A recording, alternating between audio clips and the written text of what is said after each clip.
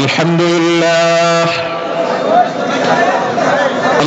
لله نحمده ونستعينه ونستغفره ونؤمن به ونتوكل عليه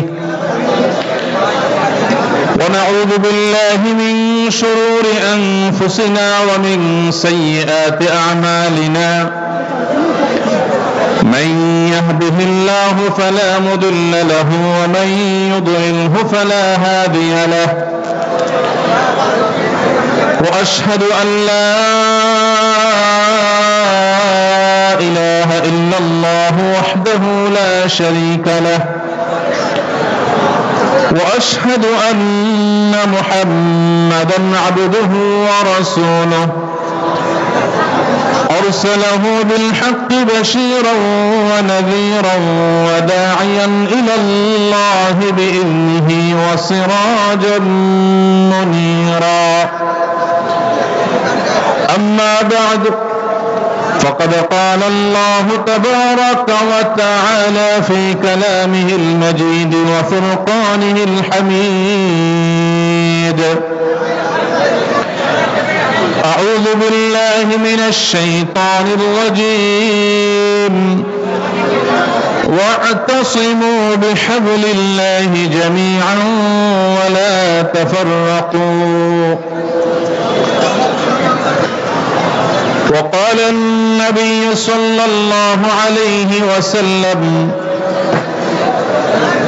لا تحاسدوا ولا تباغضوا ولا تناجشوا وكونوا عباد الله إخوانا أو كما قال عليه الصلاة والسلام doctor Khandakar Abdullah Jahangir রাহিমাহুল্লাহ কর্তৃক প্রতিষ্ঠিত আস-সুন্নাহ ট্রাস্টের বার্ষিক মাহফিলের সম্মানিত সভাপতি ডক্টর খন্দকার আব্দুল্লাহ জাহাঙ্গীর রাহিমাহুল্লাহর একমাত্র পুত্র আস-সুন্নাহ ট্রাস্টের সম্মানিত চেয়ারম্যান শেখ উসামা খন্দকার হাফিজাহুল্লাহ, উপস্থিত সম্মানিত উলামায়ে কেরাম, আস-সুন্নাহ ট্রাস্টের সম্মানিত ট্রাস্টি বোর্ডের সদস্যবৃন্দ, দূরদূরান্ত থেকে আগত আমার প্রাণপ্রিয় কোরআন এবং হাদিস প্রেমী ভাইয়েরা,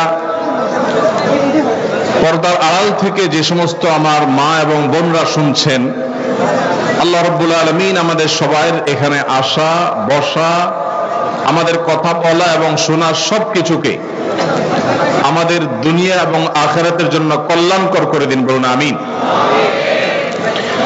ভাইরা আমার, আমি প্রথমেই আপনাদের কাছে ক্ষমা চেয়ে নিচ্ছি যে আমার আসতে অনেক দেরি হয়েছে এবং সেই ঢাকা থেকে এ পর্যন্ত এত অল্প সময় আসতে পারাটাও আল্লাহ তাআলার ইহসান। অবশ্য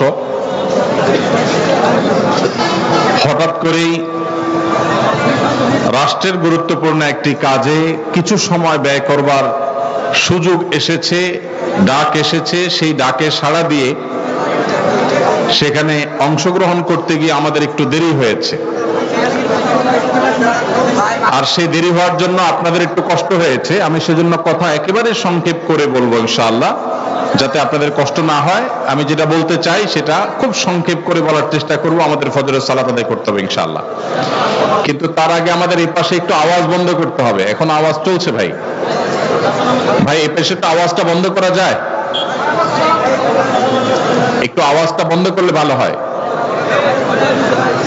একটু আওয়াজটা বন্ধ করি মেহেরবানি করে, জায়গা একটু সংকীর্ণ হয়ে গেছে আমাদের। আওয়াজ বন্ধ করেন ভাই, মনোযোগ দিয়ে শুনেন, না দেখা গেলেও মনোযোগ দিয়ে শুনেন, আওয়াজ করেন না, আওয়াজ করেন না। আওয়াজ করলে অসুবিধা হবে ভাই, কথা বলার জন্য সমস্যা আওয়াজ করলে। একটু বসেন বাবাজি, বসেন। মুরাব্বিরা কেউ যদি ওদিকে দেখতে অসুবিধা হয় ওনাদেরকে এদিকে নিয়ে আসেন, একটু হেল্প করেন প্রয়োজনে। জি ভাই, এদিকে এখনো আওয়াজ হচ্ছে কেন? ভলান্টিয়াররা এত আওয়াজ করতেছেন কেন? আওয়াজ ছাড়া কথা কাজ করেন। আপনারা নিজেরা তো আওয়াজ করলে কিভাবে কথা বলবো? ওদিকে মুরব্বীদের কারো বিশেষ অসুবিধা হলে তাদেরকে এদিকে তুলে নিয়ে আসেন, কিছু জিনিস সাইলেন্টলি করে ফেলতে হয়, নীরবে। জি ভাই, মাশাআল্লাহ, এই তো এখন সাইলেন্ট হয়ে গেছে, এটা ধরে রাখি মাশাআল্লাহ। ক্যামেরাম্যানরা ক্যামেরা রোল করে বসে যাও, একজনও দাঁড়াবে না, খবরদার, একজনও দাঁড়াবে না। জি আলহামদুলিল্লাহ। আবার আওয়াজ হচ্ছে এদিকে ভাই, আওয়াজ বন্ধ করার জন্য বলছে, কোনো কথা হবে না। স্টেজের একটা সার্টেন এরিয়া পর্যন্ত ঘেরাও করে দরকার ছিল, এত কাজ পর্যন্ত মানুষ আসলে, আওয়াজ কানে আসলে তো কথা বলা যায় না। জি ভাই আলহামদুলিল্লাহ, ঠিক আছে। সময় তো ভাইয়েরা, আপনারা যারা ঝিনাইদহের মানুষ, আল্লাহ রাব্বুল আলামিন আপনাদেরকে সৌভাগ্যবান করেছেন এই জন্য যে ঝিনাইদহের মাটিতে বাংলাদেশের ক্ষণজন্মা দাঈ ইলাল্লাহ ডক্টর খন্দকার আব্দুল্লাহ জাহাঙ্গীর রাহিমাহুল্লাহর জন্ম হয়েছে।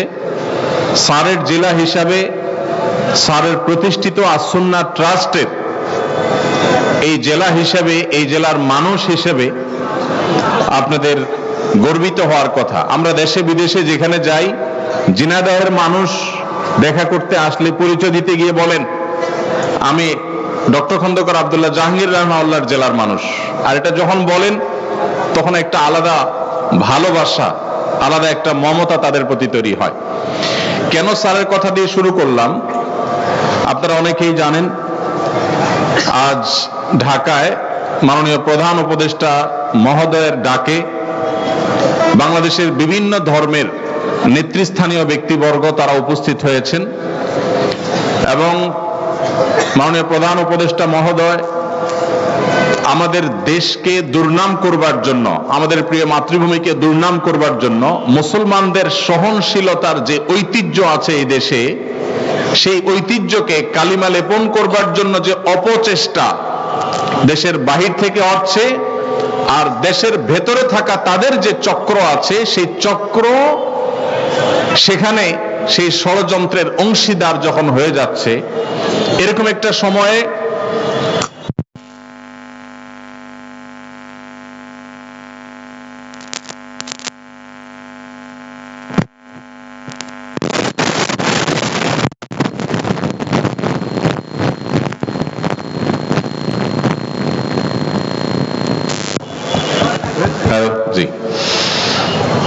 এমন একটা কঠিন সময়ে মাননীয় প্রধান উপদেষ্টা ওলামা একরামকে ডেকেছেন। এদিকে আমার আজকে আস-সুন্নাহ ট্রাস্টে আসার কথা বিকাল 3টায়। যখন রাষ্ট্রের এই গুরুত্বপূর্ণ কাজ, যেখানে আমরা ঐক্যবদ্ধ আছি কিনা এই বার্তাটা দেয়া গুরুত্বপূর্ণ।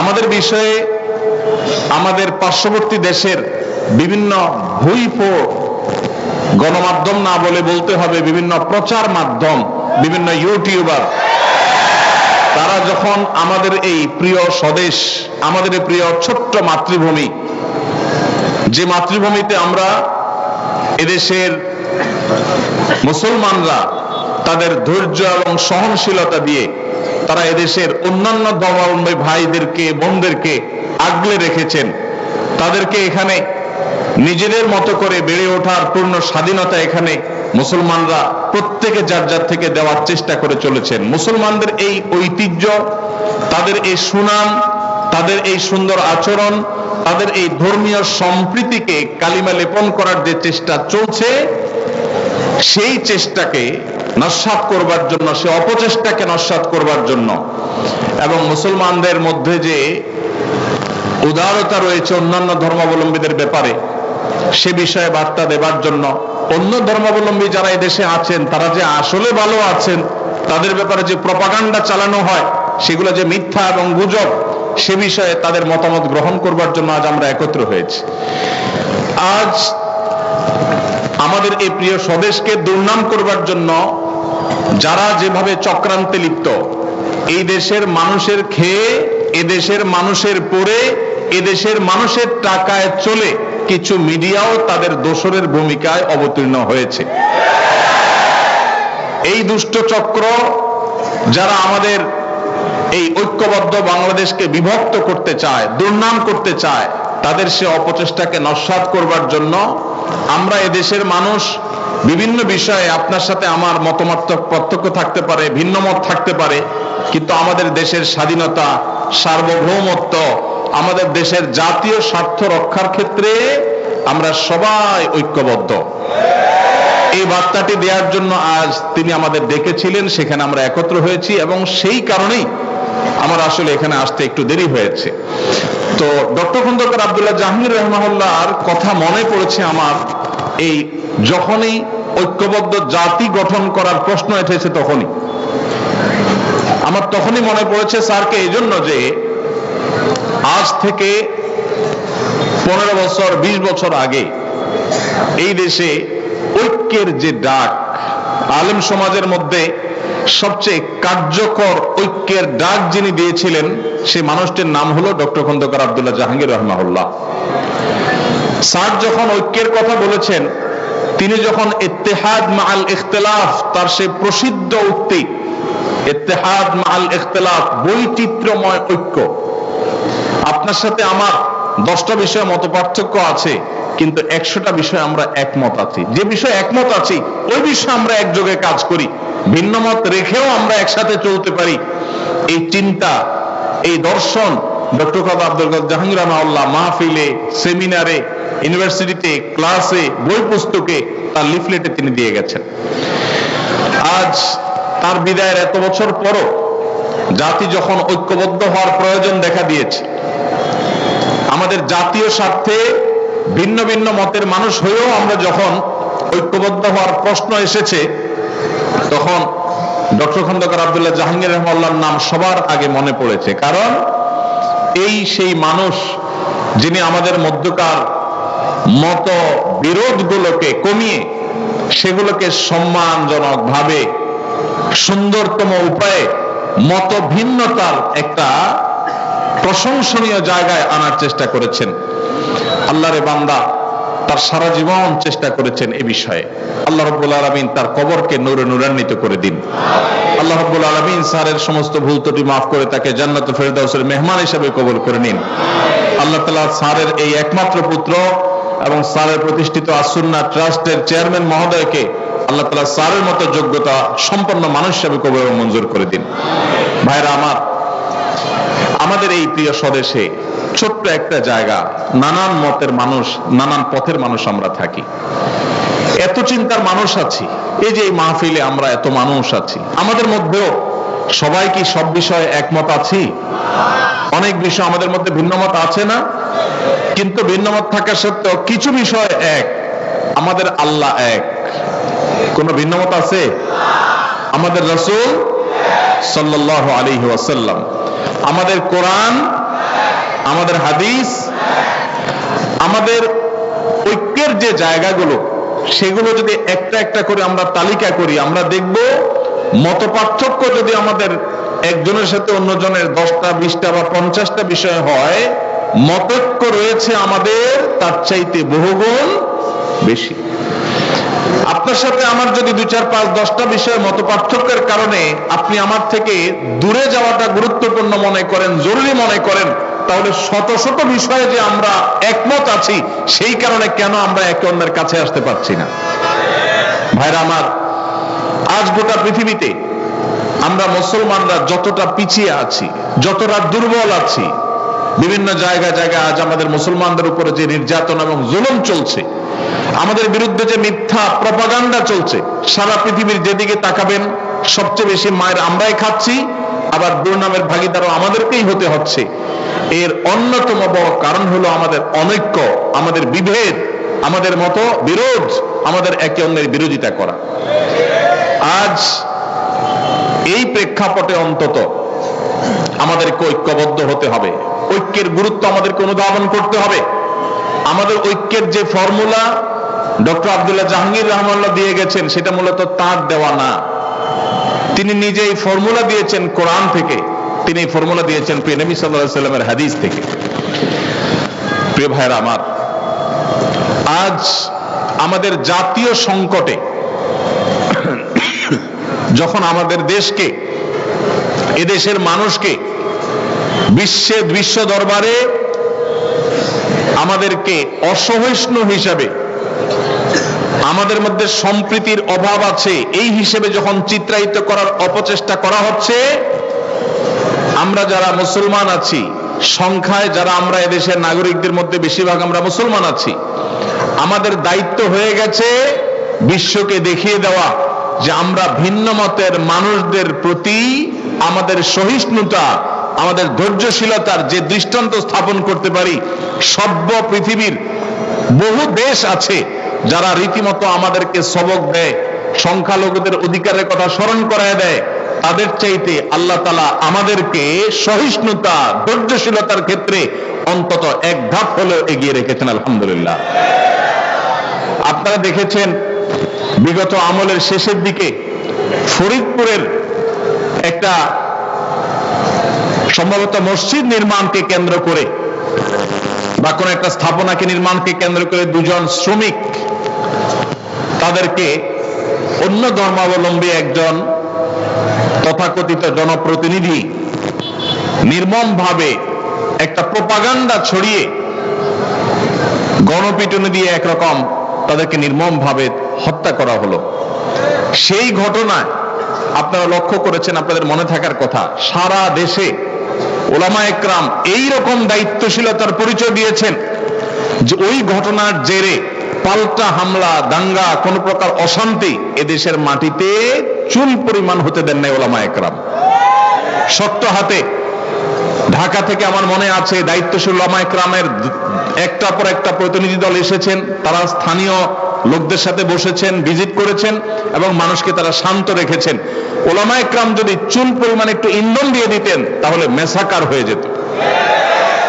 আপনারা দেখেছেন কয়েকদিন আগে তরুণ আইনজীবী সাইফুল ইসলাম আলিফকে নির্মমভাবে দিনের আলোতে অত্যন্ত নৃশংসভাবে তাকে হত্যা করা হলো। সাধারণ মুসলমানরা জানেন, মুসলমান হওয়ার কারণে, দ্বীনি চেতনার কারণে তার পেশাগত দায়িত্ব পালন করতে গিয়ে তাকে এই নির্মম খুনের শিকার হতে হলো। এত বড় একটা ঘটনার পর আপনারা দেখেছেন এদেশের সর্বোচ্চ পর্যায় থেকে নিয়ে একেবারে রুট লেভেল পর্যন্ত ওলামায়ে কেরাম সর্বসাধারণকে শান্ত থাকতে বলেছেন। এরকম একটা পরিস্থিতি যেখানে ক্ষোভে ফুসে উঠছে মানুষ, সেখানে ওলামায়ে কেরাম মানুষকে শান্ত থাকার কথা বলেছেন এবং ওলামায়ে কেরামের আহ্বানে সাড়া দিয়ে সারা দেশে আলহামদুলিল্লাহ একটি চুল পরিমাণ অনাকাঙ্ক্ষিত ঘটনা ঘটেছে বলে কেউ দেখাতে পারবে না।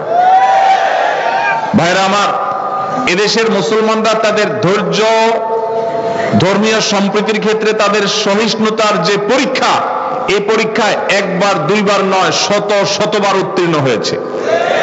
তারপরে এক শ্রেণী মানুষ আপনাদেরকে দোষারোপ করার, আমাদেরকে দোষারোপ করার চেষ্টা করে। এই জন্য আমাদের দায়িত্বশীলতা অনেক বেড়ে যায়। আল্লাহ রাব্বুল আলামিন কোরআনে হাকিমে আমাদেরকে সেই দর্শন দিয়েছেন, যে দর্শনে আমরা আমাদের বিশুদ্ধ আকীদা, তাওহীদের বিশ্বাসের কথা প্রচার করব, সেটাকে নিজেদের মধ্যে ধারণ করব। আমাদের আকীদা, আমাদের মানহাজ, আমাদের বিশ্বাস, আমাদের ঈমানের মধ্যে চুল পরিমাণ আমরা ছাড় দেব না, কম্প্রোমাইজ করব না। কিন্তু একই সাথে যারা ভিন্ন মত পোষণ করছেন, যারা অন্য ধর্মাবলম্বী আছেন, তাদেরকেও আমাদের আকীদা, আমাদের বিশ্বাস গ্রহণ করতে, ধারণ করতে আমরা বাধ্য করব না। কারণ আমরা সেই ধর্মের অনুসারী যেই ধর্ম বলেছে লা ইকরাহা ফিদ্দীন, লা ইকরাহা ফিদ্দীন। ধর্ম গ্রহণ করার ক্ষেত্রে কোনো বাড়াবাড়ি করা, জবরদস্তি করা যাবে, কোনো জবরদস্তি করে কাউকে কোনো ধর্ম গ্রহণ করানো যাবে না। আমরা সেই নবীর উম্মত যেই নবী মক্কা বিজয়ের পর মক্কার মুশরিক সহ সর্বস্তরের মানুষকে বলেছেন, ইযহাবু আনতুমুত তুলাকা লা তাসরিবা আলাইকুমুল ইয়াওম, যাও আজ তোমরা সবাই মুক্ত, কোন প্রতিশোধ গ্রহণ করা হবে না। আমরা সেই নবীর উম্মত, যে নবী আমাদেরকে সহনশীলতা শিক্ষা দিয়েছেন। অতএব আমরা সব সময় লক্ষ্য রাখব যে এদেশের কোন অন্য ধর্মাবলম্বীরা তাদের ধর্ম পালন করতে গিয়ে কোন প্রকার বাধার সম্মুখীন হবে না। আমরা আমাদের তাওহীদে বিশ্বাসী থাকব, তাওহীদের প্রচার করব, তাতে কোনো কার্পণ্য করব না। শিরক থেকে একজন মুসলমান কোরআনের নির্দেশের কারণে, নবী সাল্লাল্লাহু আলাইহি ওয়াসাল্লামের নির্দেশের কারণে তিনি শত সহস্র মাইল যোজন দূরে তিনি থাকবেন। তার আকীদা মানহাজকে তিনি পরিচ্ছন্ন পবিত্র রাখবেন, কিন্তু একই সাথে অন্য ধর্মের মানুষকে কখনো আমাদের ধর্ম গ্রহণ করতে আমরা যেরকম বাধ্য করব না, তাদের ধর্ম পালনেও তাদেরকে আমরা বাধা দিব না। ইসলাম আমাদেরকে বাড়াবাড়ি করতে বলে না, ছাড়াছাড়ি করতেও বলে না। ইসলামের মতো এই সুমহান জীবন দর্শন, এটি যদি পৃথিবীর কোন সমাজে প্রতিষ্ঠিত থাকে, সেই সমাজের মুসলিমরা তো বটেই, অন্য ধর্মাবলম্বীরাও নিরাপদে থাকবে। কারণ নবী করিম সাল্লাল্লাহু আলাইহি সাল্লাম একজন জিম্মি অমুসলিমকে যদি কেউ অন্যায়ভাবে হত্যা করে, ওই ব্যক্তি জান্নাতের ঘ্রাণও পাবে না, সে ঐতিহাসিক বক্তব্য নবী সাল্লাল্লাহু আলাইহি সাল্লাম দিয়েছেন, তার হাদিসে আছে। অতএব আমাদের মুসলমানদের সহনশীলতা আর ধৈর্যশীলতা, এটা গোটা পৃথিবীর মানুষের কাছে শত শতবার, হাজারোবার পরীক্ষিত এবং প্রমাণিত হয়েছে। আল্লাহ রাব্বুল আলামিন আমাদের এই সুনাম, আমাদের এই ঐতিহ্য, আমাদের এই সুখ্যাতি, কোরআন এবং হাদিসের এই শিক্ষাকে আমাদের জীবনে আল্লাহ তাআলা ধারণ করার তৌফিক নসিব করুন। ভাইরা আমার, আমাদের সমাজে আমরা দেখি কিছু মানুষ অন্য ধর্মাবলম্বীদের প্রতি তারা তথাকথিত সম্প্রীতি দেখাতে গিয়ে তাদের ঈমান, তাদের আকীদা, তাদের বিশ্বাসকে তারা কুরবান করে দেয়, সেগুলোকে তারা শেষ করে ফেলে। আবার অনেকে আছেন যারা হয়তো বাড়াবাড়িতে লিপ্ত। আল্লাহ রাব্বুল আলামিন আমাদেরকে যে সিরাত মুস্তাকিম দিয়েছেন, সেখানে না বাড়াবাড়ির কোনো সুযোগ আছে, না ছাড়াছাড়ির কোনো সুযোগ আছে। আমরা মুসলমানরা যদি কোরআন এবং হাদিসের উপরে অটল অবিচল থাকি, মুহাম্মদ সাল্লাল্লাহু আলাইহি সাল্লামের জীবন দর্শনের উপরে যদি আমরা প্রতিষ্ঠিত থাকি, তাহলে এই গোটা পৃথিবী শান্তিতে পরিপূর্ণ হয়ে যাবে। মুসলমানরাই শুধু শান্তিতে থাকবে না, অন্যরাও নিরাপদে থাকবে, কেউ কাউকে ডিস্টার্ব করবে না। আমরা সেই নবীর উম্মত, যেই নবী মক্কা বিজয়ের পর মক্কার মুশরিকদেরকে ইসলাম গ্রহণ করতে বাধ্য করেননি, জোর করেননি, জবরদস্তি করেননি। মদিনায় আসার পর যখন মদিনা রাষ্ট্র গঠন করেছেন, সেখানকার ইহুদিদেরকেও ইসলাম গ্রহণ করতে বাধ্য করেননি। আমরা সেই দিনের অনুসারী, যে দিন আমাদেরকে সবচেয়ে বেশি সহনশীলতা শিখিয়েছে। আল্লাহ তাআলা আমাদের সবাইকে আমাদের জীবনের সব ক্ষেত্রে এই সহনশীলতাকে ধরে রাখার তৌফিক নসিব করুন। ভাইরা আমার, আমাদের মুসলমান হিসাবে আমাদের মধ্যেও নানা ছোটখাটো বিষয় নিয়ে মত পার্থক্য আছে, বড় কোনো বিষয়ে মত পার্থক্য নেই। আমি যেটা বলছিলাম, আমাদের আল্লাহ এক, এটা নিয়ে মত পার্থক্য নাই। আমাদের রাসূল এক, সেটা নিয়ে কোনো মত পার্থক্য নাই। আমাদের কোরআন এবং হাদিস নিয়েও তেমন উল্লেখযোগ্য মত পার্থক্য নেই। ৫ ওয়াক্ত নামাজ আল্লাহ ফরজ করেছেন, সেটা নিয়েও মত পার্থক্য নেই। আরকানে ইসলাম নিয়েও মত পার্থক্য নেই। আরকানে ঈমান নিয়েও মত পার্থক্য নেই। আমাদের মত পার্থক্য যেগুলো আছে, সেগুলো খুব ছোটখাটো বিষয়। এগুলো নিয়ে এলাকায় এলাকায়, মসজিদে মসজিদে, বিভিন্ন জায়গায় আমরা যেন আমাদের সৌহার্দ্যের, সম্প্রীতির সর্বোচ্চ নজির স্থাপন করি, এই কাজটাই জীবন জুড়ে করে গেছেন ডক্টর খন্দকার আব্দুল্লাহ জাহাঙ্গীর রাহমাহুল্লাহ। স্যার যখন এই কাজ করেছেন, তখন এই কাজটার যথার্থতা, এটার যৌক্তিকতা বা এটার প্রয়োজনীয়তা, এটার অপরিহার্যতা আমরা এতটা উপলব্ধি করি নাই। দিন যত গত হচ্ছে, আল্লাহর বান্দাকে আমরা হারিয়ে ফেলেছি, সেই দিনগুলো যত অতিবাহিত হচ্ছে, তত বেশি আমাদের কাছে মনে হচ্ছে যে তিনি, আল্লাহ রাব্বুল আলামিন, তাকে এমন এক মানুষ করে তৈরি করেছেন। আমাদের মাওলানা মামুনুল হক সাহেব হাফিজাহুল্লাহ একটা কথা ডক্টর আব্দুল্লাহ জাহাঙ্গীর রাহমাহুল্লাহ সম্পর্কে বলেন। এই আসুনা ট্রাস্টের স্যারের ওয়াফাতের পর এখানকার স্টুডিওতে বসে বলে গেছিলেন যে ডক্টর আব্দুল্লাহ জাহাঙ্গীর রাহমাহুল্লাহ ছিলেন এমন একজন মানুষ, যিনি সময়ের চাইতে এগিয়ে থাকা মানুষ ছিলেন। সময়ের চাইতে এগিয়ে থাকা মানুষ ছিলেন। আল্লাহ তাআলা তাকে সেই দূরদৃষ্টি দান করেছিলেন। আল্লাহ রাব্বুল আলামিন স্যারের সেই মিশনকে, স্যারের সেই স্বপ্নকে, স্যারের প্রতিষ্ঠিত এই আসুন্নাহ ট্রাস্ট, জিনাইদহ আসুন্নাহ ট্রাস্ট, এটার মাধ্যমে আল্লাহ তাআলা কবুল এবং মঞ্জুর করুন, পরিপূর্ণ করার তৌফিক নসিব করুন। ভাইরা আমার, আমরা আজকের এই মাহফিল থেকে আমাদের ব্যক্তিগত জীবনে, আমাদের দ্বীনি জীবনে, এমনকি আমাদের সামাজিক জীবনে অন্য ধর্মাবলম্বীদের মানুষদের সাথেও আমরা সবর, সহনশীলতা এবং ধৈর্যের পরিচয় দেব, চেষ্টা করব তো ইনশাআল্লাহ। ভাইরা আমার, আমরা যখন আমাদের নিজেদের মধ্যে মসজিদের অভ্যন্তরে ভিন্ন মতের কোনো মানুষ দেখব, ডক্টর খন্দকার আব্দুল্লাহ জাহাঙ্গীর রাহমাহুল্লাহ সেই ঐতিহাসিক বক্তব্য আপনাদের নিশ্চয়ই অনেকেরই শোনা আছে। স্যার বলেছিলেন যে আপনার পাশে কোনো হারাম ভক্ষণকারী ব্যক্তি, ধূমপানকারী ব্যক্তি, কোনো হারামে লিপ্ত ব্যক্তি আপনার পাশে দাঁড়িয়ে মসজিদে নামাজ পড়তে পারে, তাহলে আপনার ভিন্ন মতের মুসলমান ভাই, যার সাথে আপনার মৌলিক সব বিষয়ে এক ঐক্যমত রয়েছে, কিছু কিছু বিষয়ের মতো পার্থক্য রয়েছে, এরকম কোর এবং বড় বড় কবিরা গুনাহ বিষয় মতো পার্থক্য নেই, সে ভাইটি আপনার পাশে দাঁড়াইতে অসুবিধা কেন? স্যার আরেকটা এক্সাম্পল আপনাদের মনে পড়ে, তিনি বলতেন যে আমরা যখন মসজিদে নামাজে দাঁড়াই, জামাত ইসলামের ভাই, চরমনায় পীর সাহেবের মুরিদ ভাই, ফুরফুরা পীর সাহেবের মুরিদ ভাই, আহলে হাদিস ভাই, হানাফি ভাই, বিভিন্ন মতের মানুষ যখন আমরা পাশাপাশি কাঁধে কাঁধ মিলিয়ে দাঁড়াই, আমাদের ভিন্ন ভিন্ন চিন্তা সত্ত্বেও আমরা নামাজের কাতারে ভিন্ন কাতার করি না, আমরা কাঁধে কাঁধ মিলিয়ে দাঁড়াই। তবে নামাজের বাহির হয়ে, মসজিদ থেকে বের হয়ে কেন আমরা একে অন্যকে শত্রু মনে করি? আমরা অবশ্যই, আমি যেটাকে আল্লাহ তাআলা আমাকে যে আকলে সালিম দিয়েছেন, এটা দিয়ে আমি কোরআন এবং হাদিসের কোষ্টি পাথরে হককে আমি খুঁজে বের করব, সত্যকে আমি অনুসন্ধান করব, সত্যের উপর আমি পরিচালিত হব, এতে কোনো সন্দেহ নেই। কিন্তু কোন অবস্থাতেই একজন মুসলমান তিনি তার নিজের সত্য অবস্থানকে টিকিয়ে রাখতে গিয়ে তার অন্য মুসলমান ভাইকে আঘাত করা, তাকে দুর্নাম করা, তাকে বাজে ট্যাগ দেওয়া, তাকে নিয়ে তুচ্ছ তাচ্ছিল্য করা, তাকে অপমান করা এবং মুসলমানদের মধ্যে বিভেদ সৃষ্টি হওয়ার মতো কাজ করা মুসলমানের জন্য কখনো জায়েজ নাই। আল্লাহ রাব্বুল আলামিন কোরআনে কারিমে আমাদেরকে নির্দেশ করেছেন, ওয়াতাসিমু বিহাবলিল্লাহি জামিআ, তোমরা আল্লাহর রশি সবাই আঁকড়ে ধরো আল্লাহর রজ্জুকে, ওয়ালা তাফাররাকু, তোমরা বিভক্ত হয়ে যেও না। আজ আমাদের ঐক্যবদ্ধ হওয়া বড় বেশি প্রয়োজন। আমরা মুসলমানরা আজ বিভক্ত থাকার কারণে আজ এক শ্রেণীর মিডিয়া আমাদেরকে নিয়ে খোঁচাখুচি করে, আমাদেরকে আঘাত করে, আমাদেরকে নানাভাবে বদনাম করার চেষ্টা করে।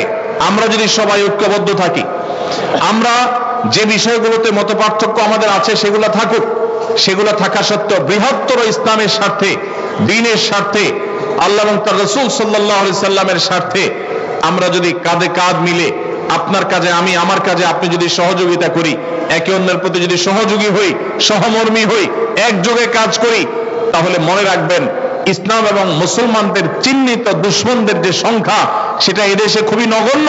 এই মানুষগুলো কখনো আমাদের মাথার উপরে ছড়ি ঘুরাতে পারবে। আজ 50 বছর যাবত একটি কালচার আমাদের দেশে চলে আসছে, সেটি হলো হাতে গোনা যাবে এরকম কিছু মানুষ এদেশের ধর্মপ্রাণ মানুষদের উপরে তাদের শাসনের নামে শোষণ চালিয়ে যাচ্ছে। তারাই ন্যারেটিভ দাঁড় করায়, তারাই বিভিন্ন ব্যাখ্যা দাঁড় করায়, বিভিন্ন বয়ান হাজির করে। তারা আমাদেরকে এক এক সময় এক এক ট্যাগ লাগিয়ে নানা সময় কোণঠাসা করে রাখে। কখনো জঙ্গি বলে গালি দেয়, কখনো উগ্রবাদী বলে গালি দেয়, কখনো রাজাকার বলে গালি দেয়।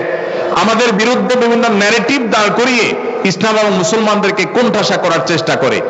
আমি একটা কথা প্রায় সময় বলি, যারা আমাদের রাষ্ট্র থেকে ইসলামকে সম্ভব হলে জাদুঘরে ঢুকায় ফেলতে চান, তারা 50 বছর যাবৎ সেই কাজ করেছেন, তাতে দেশ পাতাল থেকে আকাশে উঠে যায় নাই। আমরা দেখেছি আমাদের বন্ধুপ্রতিম দেশ মালয়েশিয়াতে তাদের সংবিধানে তারা ইসলামকে ধারণ করেছে, তাদের প্রত্যেকটা ক্ষেত্রে তারা ইসলামকে ধারণ করেছে। তাদের রাষ্ট্রের প্রত্যেকটা এলিমেন্টের মধ্যে ইসলামের কণা আপনি খুঁজে পাবেন, খাঁজে বাজে ইসলাম খুঁজে পাবেন। তারা আমাদের চাইতে এগিয়ে আছে না পিছিয়ে আছে? তাদের কাছে কর্মী হয়ে যাওয়ার জন্য আমরা সিরিয়াল দিয়ে বসে থাকতে হয়। আজ ধর্মকে দূর দূর করা মানুষগুলো 50 বছরে আমাদেরকে তাদের লেভেলে নিয়ে যেতে পারে নাই। এই দেশে বহু আগের জরিপ অনুযায়ী 3 লক্ষের বেশি মসজিদ ছিল, এখন সেটা হয়তো 4 লক্ষে পৌঁছেছে।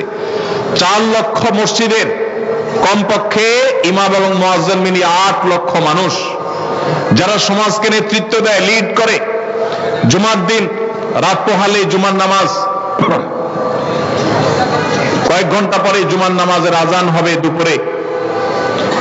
এই জুমার দিন রাত পোহালে যে জুমার দিন, সে জুমার দিনে জুমার নামাজে 12:30 থেকে 1:30 পর্যন্ত 4 লক্ষ মসজিদে, এক একটা মসজিদে যদি গড়ে 150 করে মানুষ নামাজ পড়তে আসে এভারেজে, শহরে বেশি থাকে গ্রামে কম থাকে, সব মিলিয়ে যদি আমরা গড়ে 150 করে মুসল্লি ধরে এক একটা মসজিদে, 4 লক্ষকে 150 দিয়ে গুণ দিলে 6 কোটি হয়।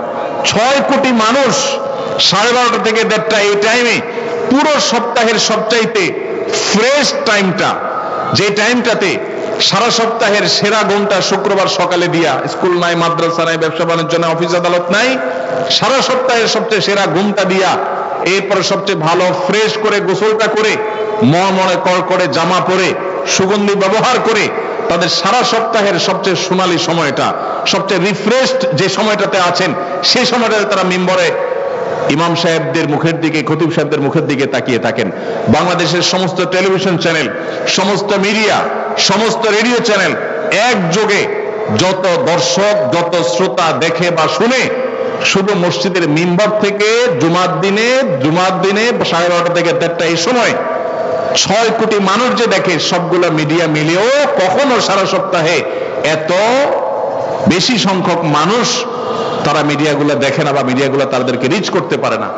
এই যে বিপুল জনগোষ্ঠীকে প্রতি সপ্তাহে একদিন 1 ঘন্টা ইমাম খতিবরা অ্যাড্রেস করতে পারেন, এই ইমাম খতিবদেরকে যদি রাষ্ট্র ওন করে, তাদেরকে যদি রাষ্ট্র টেনে আনে এবং রাষ্ট্র যদি তাদেরকে অ্যাক্সেস দেয়, তাদেরকে যদি রাষ্ট্র গঠনে মৌলিক ভূমিকা পালন করবার সুযোগ দেয়, তাহলে ধর্মপ্রাণ মুসলমানদের এই দেশ স্বর্ণ হতে বেশি দেরি হবে না ইনশাআল্লাহ তাআলা।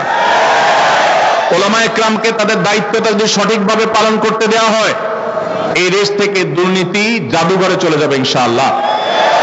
আমরা আশা করব যে নতুন বাংলাদেশে আমরা যে বৈষম্যের শিকার, সংখ্যায় বেশি হয়েও মুসলমানরা আমরা কোণঠাসা, পত্রিকার পাতা খুললে মনে হবে আমরা সবচেয়ে বেশি দোষী, টেলিভিশনের দিকে তাকালে মনে হবে, নিউজের দিকে তাকালে মনে হবে যে আমাদের মুসলমানদেরই দোষ সবচাইতে বেশি। অথচ এই দেশে এই গত কিছুদিন আগে আপনারা দেখেছেন যে দুর্গা পূজার সময় এবং বিভিন্ন সময় 5ই আগস্টে আপনারা দেখেছেন শত শত হাজার হাজার মাদ্রাসার ছেলেরা মসজিদ থেকে, আমার মুসল্লি ভাইয়েরা, তারা বের হয়ে মন্দিরগুলো পর্যন্ত পাহারা দিয়েছেন। এত সহনশীলতা থাকা সত্ত্বেও আমাদেরকে যারা দুর্নাম করার চেষ্টা করে, এই শত্রুদের আমাদেরকে চিনে রাখতে হবে এবং এদের শত্রুতার ব্যাপারে আমাদেরকে সতর্ক থাকতে হবে। সীসা ঢালা প্রাচীরের মতো ঐক্য আমাদের মধ্যে গড়ে তুলতে হবে। আমাদের এই দেশকে কোনোভাবে আমরা দুর্নাম করার কোনো সুযোগ কাউকে দিতে চাই না। এই জন্য আমরা ঐক্যবদ্ধ থাকবো ইনশাআল্লাহ। সবাই চেষ্টা করবো তো ইনশাআল্লাহ। আমরা মুসলমানরা আমাদের নিজেদের মত পার্থক্যগুলোকে মত বিরোধের পর্যায়ে নিয়ে যাব না, ঝগড়াঝাটি পর্যায়ে নিয়ে যাব না, আমরা সহনশীল থাকার চেষ্টা করব। ভাইরা আমার, মাসআলাগত বিষয়ে সাহাবায়ে কেরামের মধ্যেও ভিন্ন মত ছিল, মাসআলাগত বিষয়ে সাহাবায়ে কেরামের মধ্যে ইখতিলাফ ছিল, মতের ভিন্নতা ছিল, কিন্তু সেটা কখনো মতবিরোধের পর্যায়ে যায় নাই, সেটা কখনো দৃষ্টিকটু পর্যায়ে যায় নাই, সেটা কখনো আমাদের মতো গন্ডগোল ফাসাদ, একজন আরেকজনকে ব্লেম করার মতো পর্যায়ে যায় নাই। আমরা সেই সাহাবীদের সন্তান। অতএব আমরা আমাদের মসজিদগুলোকে, আমাদের মাদ্রাসাগুলোকে, আমাদের দ্বীনি অঙ্গনগুলোকে সহনশীলতা দিয়ে সাজাবো, চেষ্টা করবো তো ইনশাআল্লাহ। আল্লাহ আমাদের সবাইকে সহনশীল থাকার তৌফিক দান করুন। আর আমাদের সবাইকে অন্য ধর্মাবলম্বীদের ব্যাপারে সহনশীল থাকতে হবে। আমাদের হিন্দু ভাইদেরকে আমি বলতে চাই, বৌদ্ধ এবং খ্রিস্টান ভাইদেরকে বলতে চাই, আপনাদেরকে যারা উস্কে দিচ্ছে, আপনাদেরকে যারা মায়া কান্না করে আপনাদেরকে নানাভাবে বিপদগামী করার চেষ্টা করছে, আপনাদেরকে মুখোমুখি দাঁড় করাচ্ছে মুসলমানদের, এরা আপনাদেরও শত্রু, আমাদেরও শত্রু, এরা এ দেশের শত্রু, এই মাটির শত্রু। এবং এরা কখনো আপনাদেরকে ধর্মীয় কারণে আপনাদের প্রতি সিম্পেথি দেখাচ্ছে না, এরা রাজনৈতিক কারণে আপনাদের প্রতি সিম্পেথি দেখাচ্ছে। অতএব আমাদের জায়গা থেকে আমাদের সতর্ক থাকতে হবে, কোনোভাবে আমাদের এদেশের সাম্প্রদায়িক সম্প্রীতির যে উজ্জ্বল অতীত আছে, ঐতিহ্য আছে, এই ঐতিহ্যকে কখনো কালিমা লেপন করতে দেওয়া। এদেশের হিন্দু, খ্রিস্টান, বৌদ্ধ তারা তাদের ধর্মীয় কাজ পালন করবে, সেখানে কেউ কোনো নামধারী মুসলমানও কেউ সেখানে বাজাতে যাবে না, যদিও মুসলমানরা যায় না। আল্লাহ তাআলা আমাদের সবাইকে, আমাদের প্রত্যেকের যার যার জায়গা থেকে দায়িত্বশীলতার পরিচয় দেওয়ার তৌফিক দান করুন। আজ জাতীয় ঐক্যের যে ডাক দেয়া হচ্ছে, এই ডাক শুনে বারবার কেন ডক্টর খন্দকার আব্দুল্লাহ জাহাঙ্গীর রহমাতুল্লাহর কথা মনে পড়ে? কারণ স্যার রাহিমাহুল্লাহ সেই মানুষ ছিলেন, যেই মানুষ এদেশের মুসলমানদের মধ্যে যে ছোটখাটো বিভক্তি বা অনৈক্য আছে সেগুলো দূর করার জন্য রাত দিন সারাক্ষণ তিনি পরিশ্রম করে গেছেন। তিনি এদেশের প্রমিনেন্ট উলামায়ে কেরামদেরকে বিভিন্ন সময় একত্র করেছেন এবং তাদের মধ্যকার দূরত্ব কিভাবে কমানো যায় তার জন্য তিনি সচেষ্ট ছিলেন এবং তিনি চেষ্টা করেছেন। আল্লাহ রাব্বুল আলামিন স্যারের এই কবরকে নূরে নূরান্বিত করে দিন এবং স্যারের এই প্রতিষ্ঠানকে আল্লাহ রাব্বুল আলামিন ভরপুর কামিয়াব এবং কবুল করুন, আমিন। ভাইরা আমার, রাত অনেক হয়েছে, আমি খুব বেশি কথা বলবো না, আগেই বলেছি আপনাদের কিছু প্রশ্ন আছে এবং আমার কিছু আর্জি আছে। আমি শুধুমাত্র আমার এই সংক্ষিপ্ত কয়েক মিনিটের বক্তব্যে যে আর্জিটা আপনাদের কাছে রাখতে চাই সেটা হলো আমাদেরকে সবর এবং ধৈর্যের পরীক্ষা উত্তীর্ণ হইতে হবে। ধর্মীয় কারণেও যদি আপনি ধৈর্য হারা হয়ে যান, সওয়াবের পরিবর্তে গুনাহগার আপনি হবেন। আর যদি আপনি ধৈর্য ধারণ করতে পারেন, নিজেকে সংবরণ করতে পারেন, সহনশীল হতে পারেন, তো মনে রাখবেন আল্লাহ রাব্বুল আলামিন কোরআনে কারীমে বলেছেন, ইন্নামা ইউওয়াফাস সাবিরুনা আজরাহুম বিগাইরি হিসাব। যারা ধৈর্যশীল তাদের হিসেব ছাড়া আল্লাহ রাব্বুল আলামিন বিনিময় দিবেন। কি ছাড়া বিনিময় দিবেন? হিসেব ছাড়া বিনিময় দিবেন। আল্লাহ রাব্বুল আলামিন আমাদের সবাইকে ধৈর্যের সর্বোচ্চ পরাকাষ্ঠা প্রদর্শন করার তৌফিক দান করুন। সবাই চেষ্টা করবো তো ইনশাআল্লাহ। ভাইরা আমার, ডক্টর খন্দকার আব্দুল্লাহ জাহাঙ্গীর রাহমাহুল্লাহর এই যে প্রতিষ্ঠান আস-সুন্নাহ ট্রাস্ট ঝিনাইদহ, এই ঝিনাইদহে যে সমস্ত বিভাগগুলো এখনো পর্যন্ত পরিচালিত হয় অনেকে জানেন না। আমি আস্তে আস্তে আমার বড় ভাই আদ্দিনের কর্ণধার এবং আকিজ পরিবারের অন্যতম সদস্য, বরং আকিজ পরিবারের গুরুত্বপূর্ণ ব্যক্তিত্ব তথা চেয়ারম্যান, তাকে বলছিলাম আস্তে আস্তে যে এখানকার যে নুরানি বিভাগ আছে, এই বিভাগটাতে আমার বেশ কয়েকবার ঘুরে ঘুরে দেখার সুযোগ হয়েছে। বাংলাদেশে কয়েকটা নুরানি বিভাগকে যদি মডেল ধরা যায় তো ডক্টর খন্দকার আব্দুল্লাহ জাহাঙ্গীর রাহমাহুল্লাহ প্রতিষ্ঠিত আস-সুন্নাহ ট্রাস্টের নুরানি মডেল তার মধ্যে থেকে একটা। এবং এইটা কিভাবে এত উন্নত করেছেন ভাইরা, সেটা ওনারা ভালো জানেন, আল্লাহ তাআলা ভালো জানেন, কিন্তু আমি দেখি অভিভূত সোজা কথা। ঝিনাইদহের মানুষ যারা এখানে থাকেন, যাদের বাচ্চাদেরকে এখানে নুরানিতে পড়ানোর সুযোগ পেয়েছেন, তারা আমি মনে করি যে সৌভাগ্যবান। আমি অবশ্য ডে টু ডে কি হয় সেটা তো আর জানি না, আমি যখন এসেছি তখনকার কথা বলেছি। এখানে নুরানি বিভাগের শিক্ষার্থী প্লেতে 157 জন, শিশু শ্রেণীতে 191 জন, প্রথম শ্রেণীতে 177 জন, দ্বিতীয়তে 123 জন এবং তৃতীয়তে 59 জন, মোট 707 জন শুধুমাত্র নুরানি বিভাগের শিক্ষার্থী। একটা নুরানি বিভাগে 700-র বেশি শিক্ষার্থী হওয়া, এটাও আমার মনে হয় বাংলাদেশে খুব বেশি প্রতিষ্ঠানে নাই। এটা একটা অনন্য দৃষ্টান্ত। এবং এখানকার নুরানি শিক্ষক এবং নুরানি যারা পরিচালনা করছেন তাদের যে ঐকান্তিক প্রচেষ্টা আছে তার একটা দৃষ্টান্ত এটি। 14 জন শিক্ষক শুধু নুরানি ডিপার্টমেন্টে, মাশাআল্লাহ। এর পাশাপাশি এখানে হিফজ বিভাগ আছে। হিফজ বিভাগে সর্বসাকুল্যের ছাত্র ছাত্রী হলো 191 জন এবং শিক্ষক শিক্ষিকা হলেন 11 জন। এখানে একটা উন্নত কিতাব বিভাগ আছে, আলেম তৈরির কারখানা আছে। ডক্টর খন্দকার আব্দুল্লাহ জাহাঙ্গীর রাহমাহুল্লাহকে আমি একবার বলেছিলাম ঢাকায়, বলেছিলাম স্যার আপনি ঝিনাইদহ পড়ে থাকেন কেন? ঢাকা থাকলে কত কাজ করা যায়, ঢাকায় মিডিয়া সেমিনার, বড় বড় জাতীয় পর্যায়ে কাজগুলো করা যায়, আপনি মফস্বল জেলায় পড়ে আছেন কেন? আমরা মনে করি রাজধানী কেন্দ্রিক কাজ করতে পারলে অনেক ভালো হয়।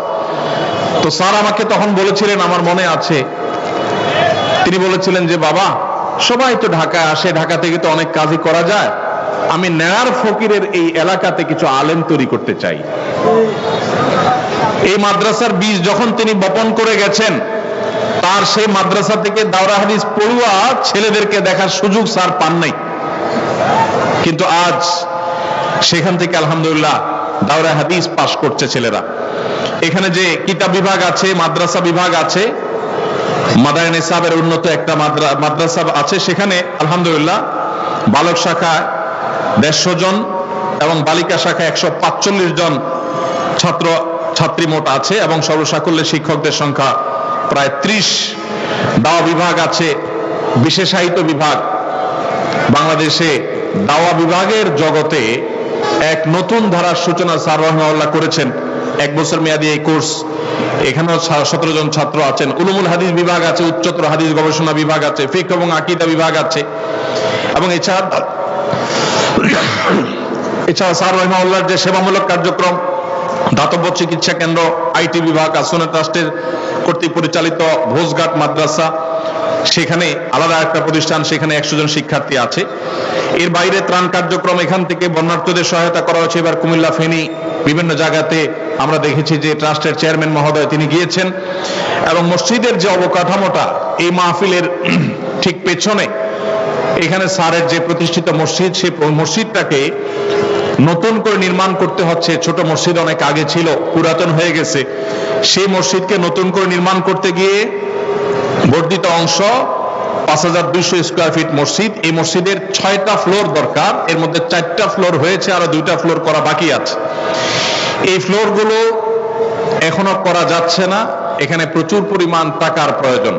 আস-সুন্নাহ ট্রাস্টের এই যে একটা বড় কাজ, ডক্টর খন্দকার আব্দুল্লাহ জাহির রাহিমাহুল্লাহ প্রতিষ্ঠিত এই প্রতিষ্ঠান আস-সুন্নাহ ট্রাস্ট, স্যারের এই প্রতিষ্ঠানে এই মাদ্রাসা মসজিদ, বিশেষ করে এই মসজিদটার এই প্রকল্পটা সদকা জারিয়ার অনেক বড় একটা খাত।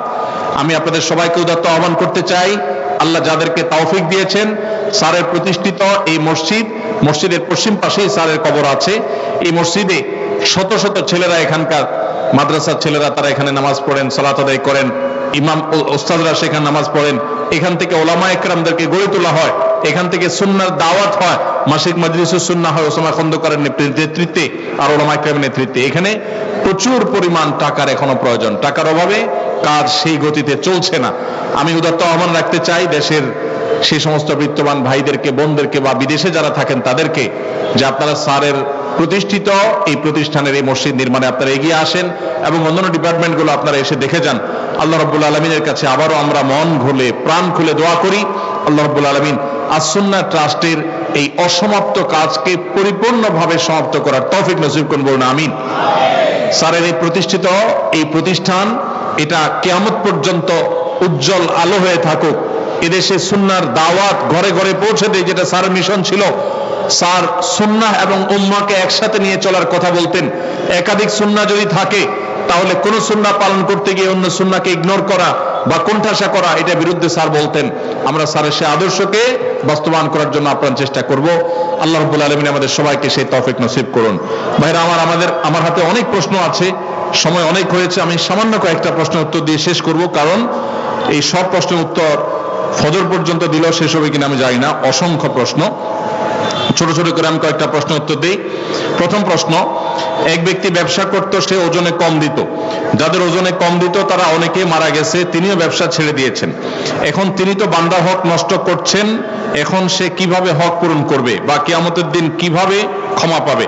আল্লাহ তো বলেছেন তিনি তার হক ক্ষমা করার এখতিয়ার রাখেন, কিন্তু বান্দার হক নষ্ট করলে আল্লাহ তাকে ক্ষমা করবেন না। এ থেকে কি মাপ পাওয়ার কোনো পথ আছে কিনা? কোন ব্যক্তি তার জীবদ্দশায় ব্যবসা চলাকালীন সময় কাস্টমারদের কম দিয়েছেন, কাকে ওজনে কম দিয়েছেন তার খুঁজে বের করা যাবে না।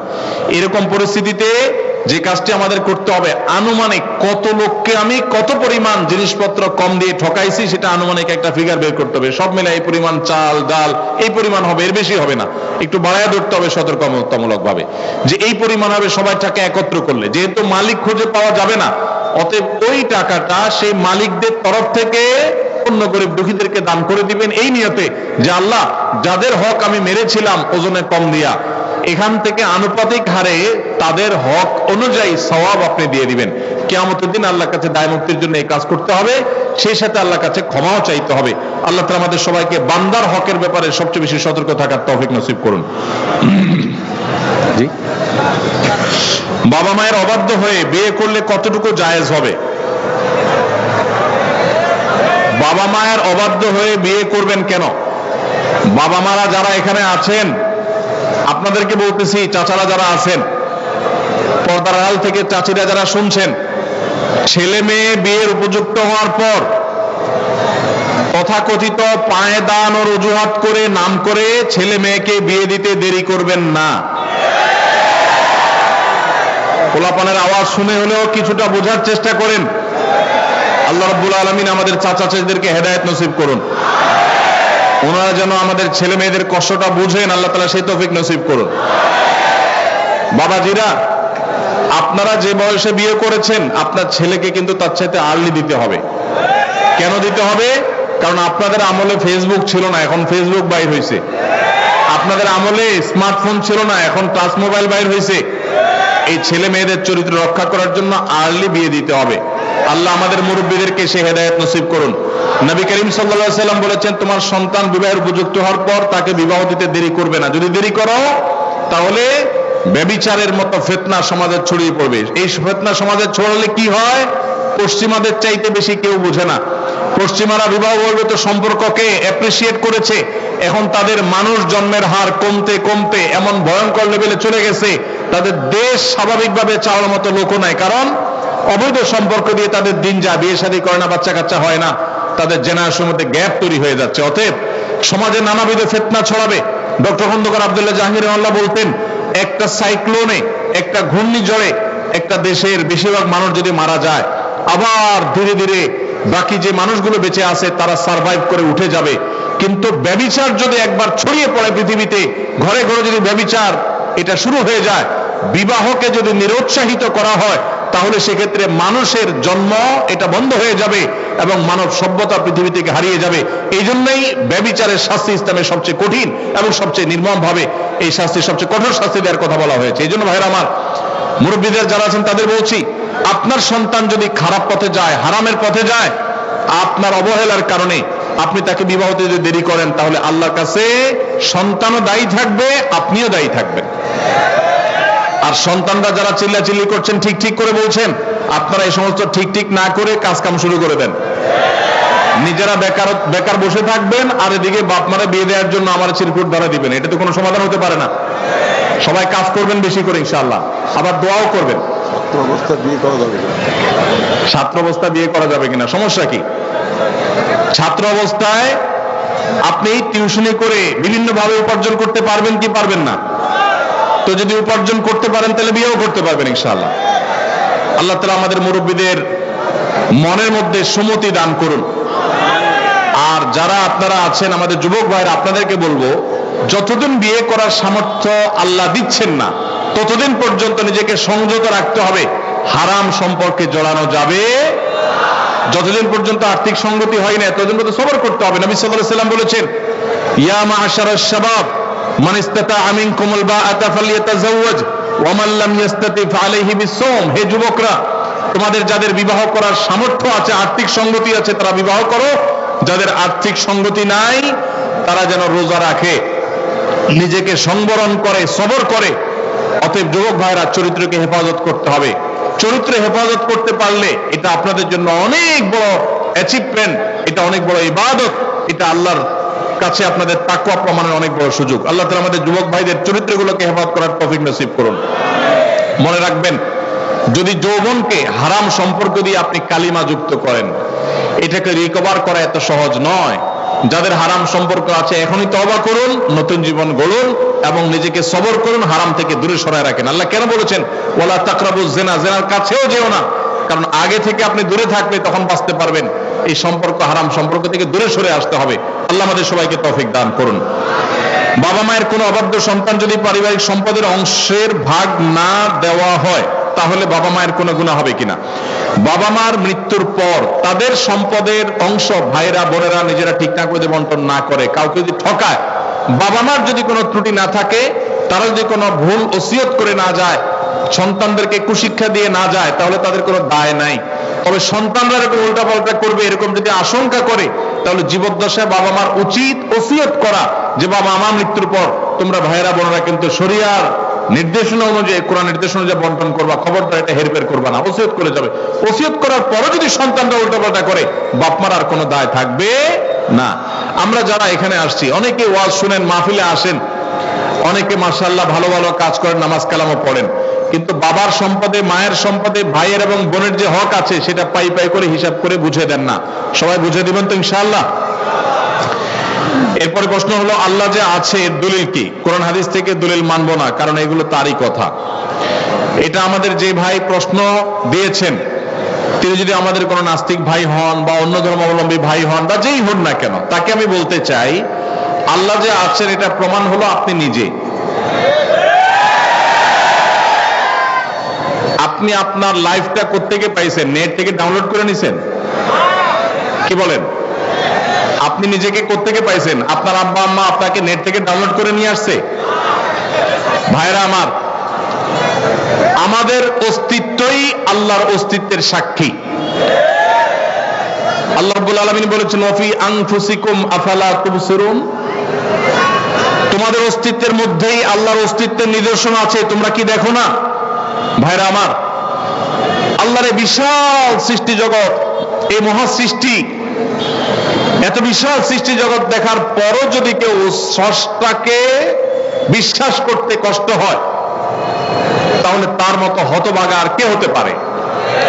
ভাইরা আমার, এই সৃষ্টি জগৎই স্রষ্টার অস্তিত্বের সাক্ষী।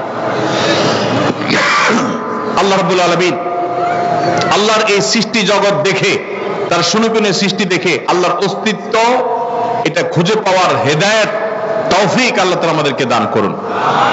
ভাইরা আমার, আমরা যদি আমাদের অস্তিত্বের দিকে তাকাই, আল্লাহ সৃষ্টির দিকে তাকাই, সূরা মুলকের শুরুর আয়াতগুলো যে অনুবাদ সহকারে আপনি পড়েন, কোরআন জুড়ে আল্লাহ রাব্বুল আলামিন যে বলেছেন, আল্লাহ রাব্বুল আলামিনের সৃষ্টি শৈলী নিয়ে, সেগুলো যদি আপনি অধ্যয়ন করেন, পড়েন, তাহলে দিনের আলো মতো পরিষ্কার হবে যে আল্লাহ রাব্বুল আলামিনের অস্তিত্ব এটা ওয়াজিবুল উজুদ, এটার অস্তিত্বহীনতা কখনো কল্পনা করা যায় না।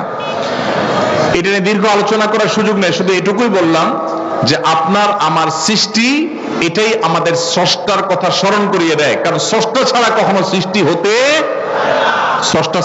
সৃষ্টি হতে পারে? ছোট বড় এমন কিছু পৃথিবীতে নাই যেটা কেউ তৈরি করা ছাড়া। আর সেই মাইকটা কেউ তৈরি করেছেন, এই পানি বোতলটা কেউ তৈরি করেছেন, এই কাগজটা কেউ তৈরি করেছেন। প্রত্যেকটা জিনিসের যেরকম কেউ না কেউ তৈরি করেছে, ক্রিয়েটর আছেন, সেখানে এই মহা সৃষ্টির এত কিছুর আমি আপনি সহ আমাদের এবং এই আল্লাহর এই সৃষ্টি জগতের যে বিশাল আয়োজন, এগুলোর কোনো ক্রিয়েটর নাই। এর চেয়ে হাস্যকর কথা আর কি। আল্লাহ তাআলা আমাদেরকে হেদায়েত নসিব করুন। হেদায়েত যদি আল্লাহ তাআলা কাউকে দান না করেন, তাহলে সেক্ষেত্রে সে অনেক নলেজ অর্জন করার পরও সঠিক পথে হয়তো আসবে না। এই জন্য আল্লাহর কাছে হেদায়েত চাইতে আমাদেরকে শিক্ষা দেওয়া হয়েছে। এই দিনে সিরাতুল মুস্তাকিম আমরা শুধু আল্লাহ তাআলার কাছে করবো ইনশাআল্লাহ। আমরা জানি সমস্ত কাজ নিয়তের উপর নির্ভরশীল, কিন্তু একজন মানুষ তার পীরের পায়ে সিজদা দিয়ে বলছে আমার মনে নিয়ত আছে আল্লাহকে সিজদা দিচ্ছি, এটা জায়েজ আছে কিনা? ভাইরা আমার, আমাদের এই কপাল শুধুমাত্র আমরা নিবেদন করব আল্লাহকে। কাকে? আল্লাহকে। আল্লাহ ছাড়া মানুষের এই কপাল আর কারোর সামনে সিজদায় অবনত হবে। আল্লাহ সুবহানাহু ওয়া তাআলা কোরআনে কারীমে সূরা ফাতিহাতে আমাদেরকে শিক্ষা দিয়েছেন, ইয়্যাকা না'বুদু, আল্লাহ আপনারই ইবাদত করি। আমরা ইবাদত করি শুধু কার? ইয়্যাকার মানে হলো শুধুই আপনার ইবাদত করি, আর কারণ না। অতএব ইবাদত শুধু আল্লাহর হতে হবে। কেউ যদি পীরকে সিজদা করে নিয়ত করে যে নিয়ত আল্লাহর, দিচ্ছি পীরের দিকে ফিরায়া, তাহলে সেও মুশরিকদের মধ্যে গণ্য হবে। এই নিয়তের কারণে সে শিরক থেকে বের হবে না, কারণ সে মূলত তার পীরকেই সিজদা নিবেদন করছে। এখানে তার নিয়ত ধর্তব্য হবে না, সে মূলত শিরকে আকবরে লিপ্ত হয়েছে। আল্লাহ ছাড়া আর কাউকে সিজদা করা যদি জায়েজ হতো, তাহলে মুহাম্মদ সাল্লাল্লাহু আলাইহি সাল্লামকে সাহাবায়ে কেরাম সবার আগে সিজদা করতেন। মুহাম্মদ সাল্লাল্লাহু আলাইহি সাল্লামকে সাহাবায়ে কেরাম কি কখনো সিজদা করেছেন? কখনো করেন নাই। আপনি বলবেন আদম আলাইহিস সালামকে ফেরেশতারা সিজদা করেছে, যে আদম আলাইহিস সালাতু ওয়াস সালামের সময়কার যে শরিয়া ছিল, সেই শরিয়াতে শুধুমাত্র এই তাহিয়ার সিজদা এটা তার জন্য খাস ছিল। এটা একটা। পরবর্তীতে আমাদের নবী সাল্লাল্লাহু আলাইহি ওয়াসাল্লামের শরীয়তে এটা জায়েজ নাই। জায়েজ হলে মুহাম্মদ সাল্লাল্লাহু আলাইহি ওয়াসাল্লামকে সাহাবীরা সিজদা করতেন। আরো আদম আলাইহিস সালামের সেই সিজদা নিয়ে আরো নানাবিধ ব্যাখ্যা আছে, মুফাসসিরদের নানা বিষয় আছে, বক্তব্য আছে। মুহাম্মদ সাল্লাল্লাহু আলাইহি সাল্লামকে যদি সাহাবায়ে কেরাম সিজদা করার কোন জাল হাদিসে না পাওয়া যায়, তাহলে আপনার পীর কে সিজদা পাওয়ার জন্য? সাহাবায়ে কেরাম মুহাম্মদ সাল্লাল্লাহু আলাইহি সাল্লামকে সিজদা করে আল্লাহকে নিয়ত করতে পারতেন, সেটা তো তারা করেন না। তাহলে আপনাকে এটা কে শিখিয়েছে? শয়তান শিখিয়েছে। কে শিখিয়েছে? আল্লাহ তাআলা আমাদের ভাইদেরকে হেদায়েত নসিব করুন। যারা শিরকে লিপ্ত আছে, আল্লাহ তাআলা তাদেরকে তাওহীদে আসার তৌফিক নসিব করুন। এরপরে প্রশ্ন হলো, আমি ফোন কলের মাধ্যমে কয়েকজন সাক্ষী রেখে বিয়ে করে ফেলেছি, এখন এটা কি আমার আসলে বিয়ে হয়ে যাবে? এ ব্যাপারে ইসলাম কি বলে একটু বিস্তারিত জানাবেন। ভাইরা আমার, ইসলামী শরিয়াটা তামাশার বিষয় না। অনেক যুবক প্রশ্ন লেখে যে আমরা আল্লাহকে সাক্ষী রেখে দুজন বিয়ে করে ফেলেছি, আল্লাহকে সাক্ষী রেখে বিয়ে করে ফেলেছি। ভাইরা আমার, বিবাহ বিশুদ্ধ হওয়ার জন্য দুজন সাক্ষীর উপস্থিতি জরুরি। ফোনে বিবাহ বিশুদ্ধ হবে তখনই যখন ফোনের মাধ্যমে কোনো প্রতিনিধি নিযুক্ত করা হবে। সেই প্রতিনিধি ফোনে যিনি তাকে নিযুক্ত করেছেন তার পক্ষ থেকে বিবাহের প্রস্তাব বা সম্মতি দিবে, তখন ফোনে বিবাহ জায়েজ আছে। পাত্র পাত্রী একে অন্যকে প্রস্তাব দিল আর সম্মতি প্রকাশ করলো এবং সেটা আপনার লাউড স্পিকারে দিল, দুজন সাক্ষী দিল, এটা যথেষ্ট নয়। অতএব ফোন কলে এভাবে বিবাহ হয় না। যদি এরকম করে থাকেন কেউ, সে বিবাহ বিশুদ্ধ হয়নি। এই ডিটেইল কারণ বলার সুযোগ আমার নাই, শুধু এটুকু বললাম যে ফোন কলে এভাবে বিবাহ বিশুদ্ধ হয় না। এরপর প্রশ্ন হলো, আমার বিয়ে হচ্ছে না চাকরির জন্য, মেয়ে রাজি আছে, আমিও রাজি, কিন্তু পরিবার বুঝে না, কি করব? এটা তো আমরা বলেছি, আপনার যখন আর্থিক সঙ্গতি নেই তখন শরীয়ত আপনাকে বিয়ে করতে বলে না, আপনাকে রোজা রাখতে বলে। কি রাখতে বলে? রোজা রাখলে, সিয়াম পালন করলে আত্মনিয়ন্ত্রণ করবেন আপনি, সেটা বলেছে। আপনি পরিবারের দোষ দিচ্ছেন কেন? আমরা ঢাল নাই, তরবারি নাই, নিদিরাম সর্দার। চাকরি নাই, টাকা নাই, রুজি নাই, ইনকাম নাই, আপনি বিয়ে করার জন্য পরিবারের চাপ দিচ্ছেন, আবার দোষ দিচ্ছেন পরিবার রাজি না। পরিবার কি দেখে রাজি হবে? নিজে বাপের হোটেলে খান, আবার আরেকজন বাপের হোটেলে খাওয়াবেন, এটা তো উচিত না। তবে বাবা মার যদি আর্থিক সঙ্গতি থাকে তাহলে তাদের সন্তানের চরিত্র রক্ষার জন্য উদ্যোগী হওয়া উচিত, সেটা ভিন্ন বিষয়। কিন্তু সন্তান বাবা মার উপর এটা চাপাই দিতে পারেন না, এই জন্য উপার্জন করা শুরু করেন। মুশকিল হলো বেশিরভাগ বাবা মা মনে করেন পায়ের উপর দাঁড়ানো মানে লাখ লাখ টাকার মালিক হওয়া। মনে রাখবেন, কোন রকম মোহরের টাকা জোগাড় করে স্ত্রীর ডাল ভাতের ব্যবস্থা করতে পারলেই শরিয়ার নির্দেশ অনুযায়ী তার বিবাহ করার রাইট এবং অধিকার চলে আসে।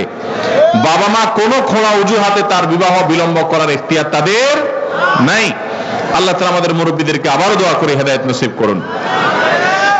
আমি বলছিলাম যে আমি অমুক সরকার পদত্যাগ করলে 10টা রোজা রাখবো, কিন্তু কেউ কেউ বলে যে রোজা রাখা যাবে না। আমি এখন কি করব, আপনার মতামত চাই। আপনি যদি এটা মান্যত করে থাকেন যে অমুকের চলে গেলে, অমুকের পতন হলে, অমুকটা নেমে গেলে আমি রোজা রাখবো, তাহলে সেক্ষেত্রে তার পতন হলে, সে চলে গেলে আপনার রোজা ঠিকই রাখা লাগবে। কারণ রোজা রাখার মান্যত এটা বিশুদ্ধ মান্যত।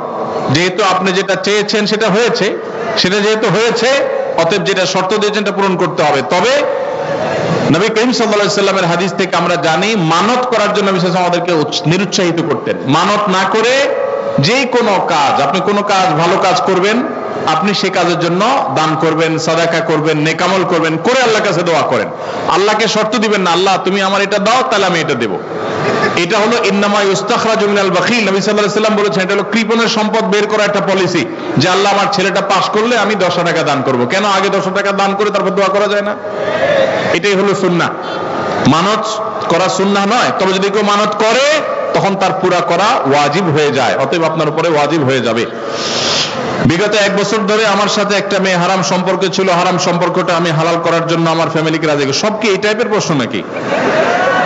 বর্তমান সমাজের পরিস্থিতিতে কি সংগঠন করতেই হবে? সংগঠন না করলে কি জান্নাত পাওয়া যাবে না? ভাইরা আমার, দ্বীনের কাজ করার জন্য সুশৃঙ্খল উপায়ে সুসংগঠিত ভাবে কাজ করলে অনেক ভালো এবং ইফেক্টিভ কাজ করা যায়। একা একা বিশৃঙ্খল ভাবে কাজ করলে সেটা এত সুন্দরভাবে করা যায় না। অতএব দ্বীনের কাজ, দাওয়াতের কাজ করার জন্য সুসংগঠিত কোনো উপায় যদি অবলম্বন করেন সেটা অনেক ভালো। কিন্তু সেই সুসংগঠিত উপায় অবলম্বন করতে গিয়ে ওইটাকেই যদি আবার দ্বীনের এমন অংশ বানিয়ে নেন যে এটার বাইরে যা আছে সেগুলোকে আপনি ডিসকারেজ করা শুরু করে দেন, ইসলাম থেকে খারিজ করা শুরু করে দেন, তখন সেটা কিন্তু বাড়াবাড়ি হবে এবং গোমরাহি হবে। সুসংগঠিত উপায়ে থাকায় কাজ করা এটা ভালো। এই জন্য আপনি কোন সংগঠনের অধীনে থেকে, কোন চেইনের অধীনে থেকে আপনি দাওয়াতি কাজ করলে সেটা প্রশংসনীয়, অবশ্যই দোষণীয় না। একাকী করার চাইতে সেটা অনেক বেশি ফলপ্রসূ হয়। কিন্তু এর মানে এই না যে সেটা একা একা কেউ করতে পারবে না। কেউ যদি একা একা তার দায়িত্ব পালন করার চেষ্টা করে, দাওয়াতি কাজ করার চেষ্টা করে, তার জন্য জায়েজ আছে। কিন্তু একই কাজ যদি আরো সুসংহত উপায়ে, আরো সুন্দর উপায়ে, সুশৃঙ্খল উপায়ে করার সুযোগ থাকে, সেটা অবশ্যই কেউ করতে পারে। কিন্তু এটাকে কেউ ফরজ বলার এখতিয়ার রাখে না। বিশেষ করে বহু সংগঠন আছে, সেবামূলক সংগঠন আছে, দাওয়ামূলক সংগঠন আছে, নানামুখী সংগঠন আছে। এই কোন সংগঠনের কোন বিশেষ সংগঠন এটা করতে হবে আপনাকে এরকম কোন বাধ্যবাধকতা কোন হাদিসের আলোকে ফরজ বা ওয়াজিব নির্দিষ্ট কোন সংগঠন সম্পর্কে বলতে পারবো না। তবে হ্যাঁ, সুসংগঠিত ভাবে, সুশৃঙ্খল ভাবে দাওয়াতি কাজ করা সেটা অনেক ইফেক্টিভ। সেই জায়গা থেকে আমাদের করার চেষ্টা করা দরকার। এরপরে প্রশ্ন হলো, একজন স্ত্রী তার স্বামীকে তালাক প্রদান করেছেন, কিন্তু স্বামী তার স্ত্রীকে তালাক প্রদান করেননি। এখন স্ত্রী আবার তার স্বামীর নিকট ফিরে আসতে চান, কিন্তু তালাকের 1 বছর পূর্ণ হয়েছে। এখন করণীয় কি? প্রথম কথা হলো, তালাকের কোনো উত্তর এইভাবে আমরা কোন সংক্ষিপ্ত প্রশ্নোত্তরের সেশনে বা কোন মিডিয়াতে, টেলিভিশনে আমরা দেই না। কারণ তালাকের প্রশ্নের উত্তর নিতে হলে ডিটেইল সব লিখে তারপরে তার উত্তর নিতে হয়। এখানে একটু হেরফের হয়ে গেলে বেশ কম হয়ে যায়। এই আব্দুল্লাহ জাহাঙ্গীর রহমানুল্লাহর প্রতিষ্ঠিত আসুন্নাহ ট্রাস্টের এখানে আলহামদুলিল্লাহ দাওয়া বিভাগ রয়েছে, গবেষণা বিভাগ রয়েছে, এখানে ওলামা একরাম মুফতি সাহেবরা আছেন, বড় বড় দেশ সেরা ওলামা একরাম আছেন। সে সমস্ত ওলামা একরামের কাছে আপনাদের যাদের তালাকের প্রশ্ন আছে বিস্তারিত লিখে প্রশ্ন জমা দিবেন, তারপর উত্তর নেবেন। আমি এই প্রশ্নের উত্তরটা স্কিপ করলাম, এটা ফতোয়া বিভাগে উপস্থিত হয়ে তারপর উত্তর দিবেন। কারণ এক পক্ষের কথা শুনে বা আংশিক কথা শুনে তালাকের উত্তর দেওয়া যায় না। এখানে একটা সম্পর্ক থাকা না থাকার ব্যাপার, ডিটেইল শুনতে হবে। সবচেয়ে ভালো হয় লিখিতভাবে প্রশ্ন করবেন, তার উত্তর ফতোয়া বিভাগ থেকে নিবেন, ডিটেইল লিখবেন, এরকম সংক্ষেপে 2 লাইন 3 লাইন না। কি বলেছে কি না বলেছে, কিভাবে দেওয়া হয়েছে, স্ত্রী যদি তালাক প্রদান করে থাকে তাহলে তালাক তাফউইজের জন্য কি শব্দ তিনি ব্যবহার করেছেন, একটু এদিক সেদিক হয়ে গেলে অনেক কিছু হয়ে যাবে। এজন্য এটা ডিটেইল জানতে হবে। আমি সোহাগ বিন ইসলাম একটু আগে একটা সুদী ব্যাংকে চাকরি করতাম, কিন্তু আপনার লেকচার শুনে তাকওয়া বৃদ্ধি পায় এবং সেই চাকরি ছেড়ে দেই। আমার বাবা মা সবাই এমনকি স্ত্রীও চাকরি ছাড়তে নিষেধ করেন।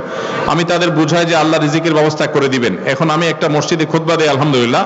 এখন আমার প্রশ্ন হলো, আমি যে টাকাটা পেয়েছি চাকরি ছাড়ার পর সেটা বিধান কি? যে ভাই প্রশ্ন লিখেছেন তাকে আমি স্যালুট জানাই, সাধুবাদ জানাই এবং তাকে আমি মোবারকবাদ জানাই। আল্লাহ তাআলা আমার এই ভাইয়ের তার যে হারাম ছেড়েছেন, তার যে স্যাক্রিফাইস করেছেন, এটা তার পরিবারকে মেনে নেওয়ার সবর করার তৌফিক আল্লাহ তাআলা দান করুন।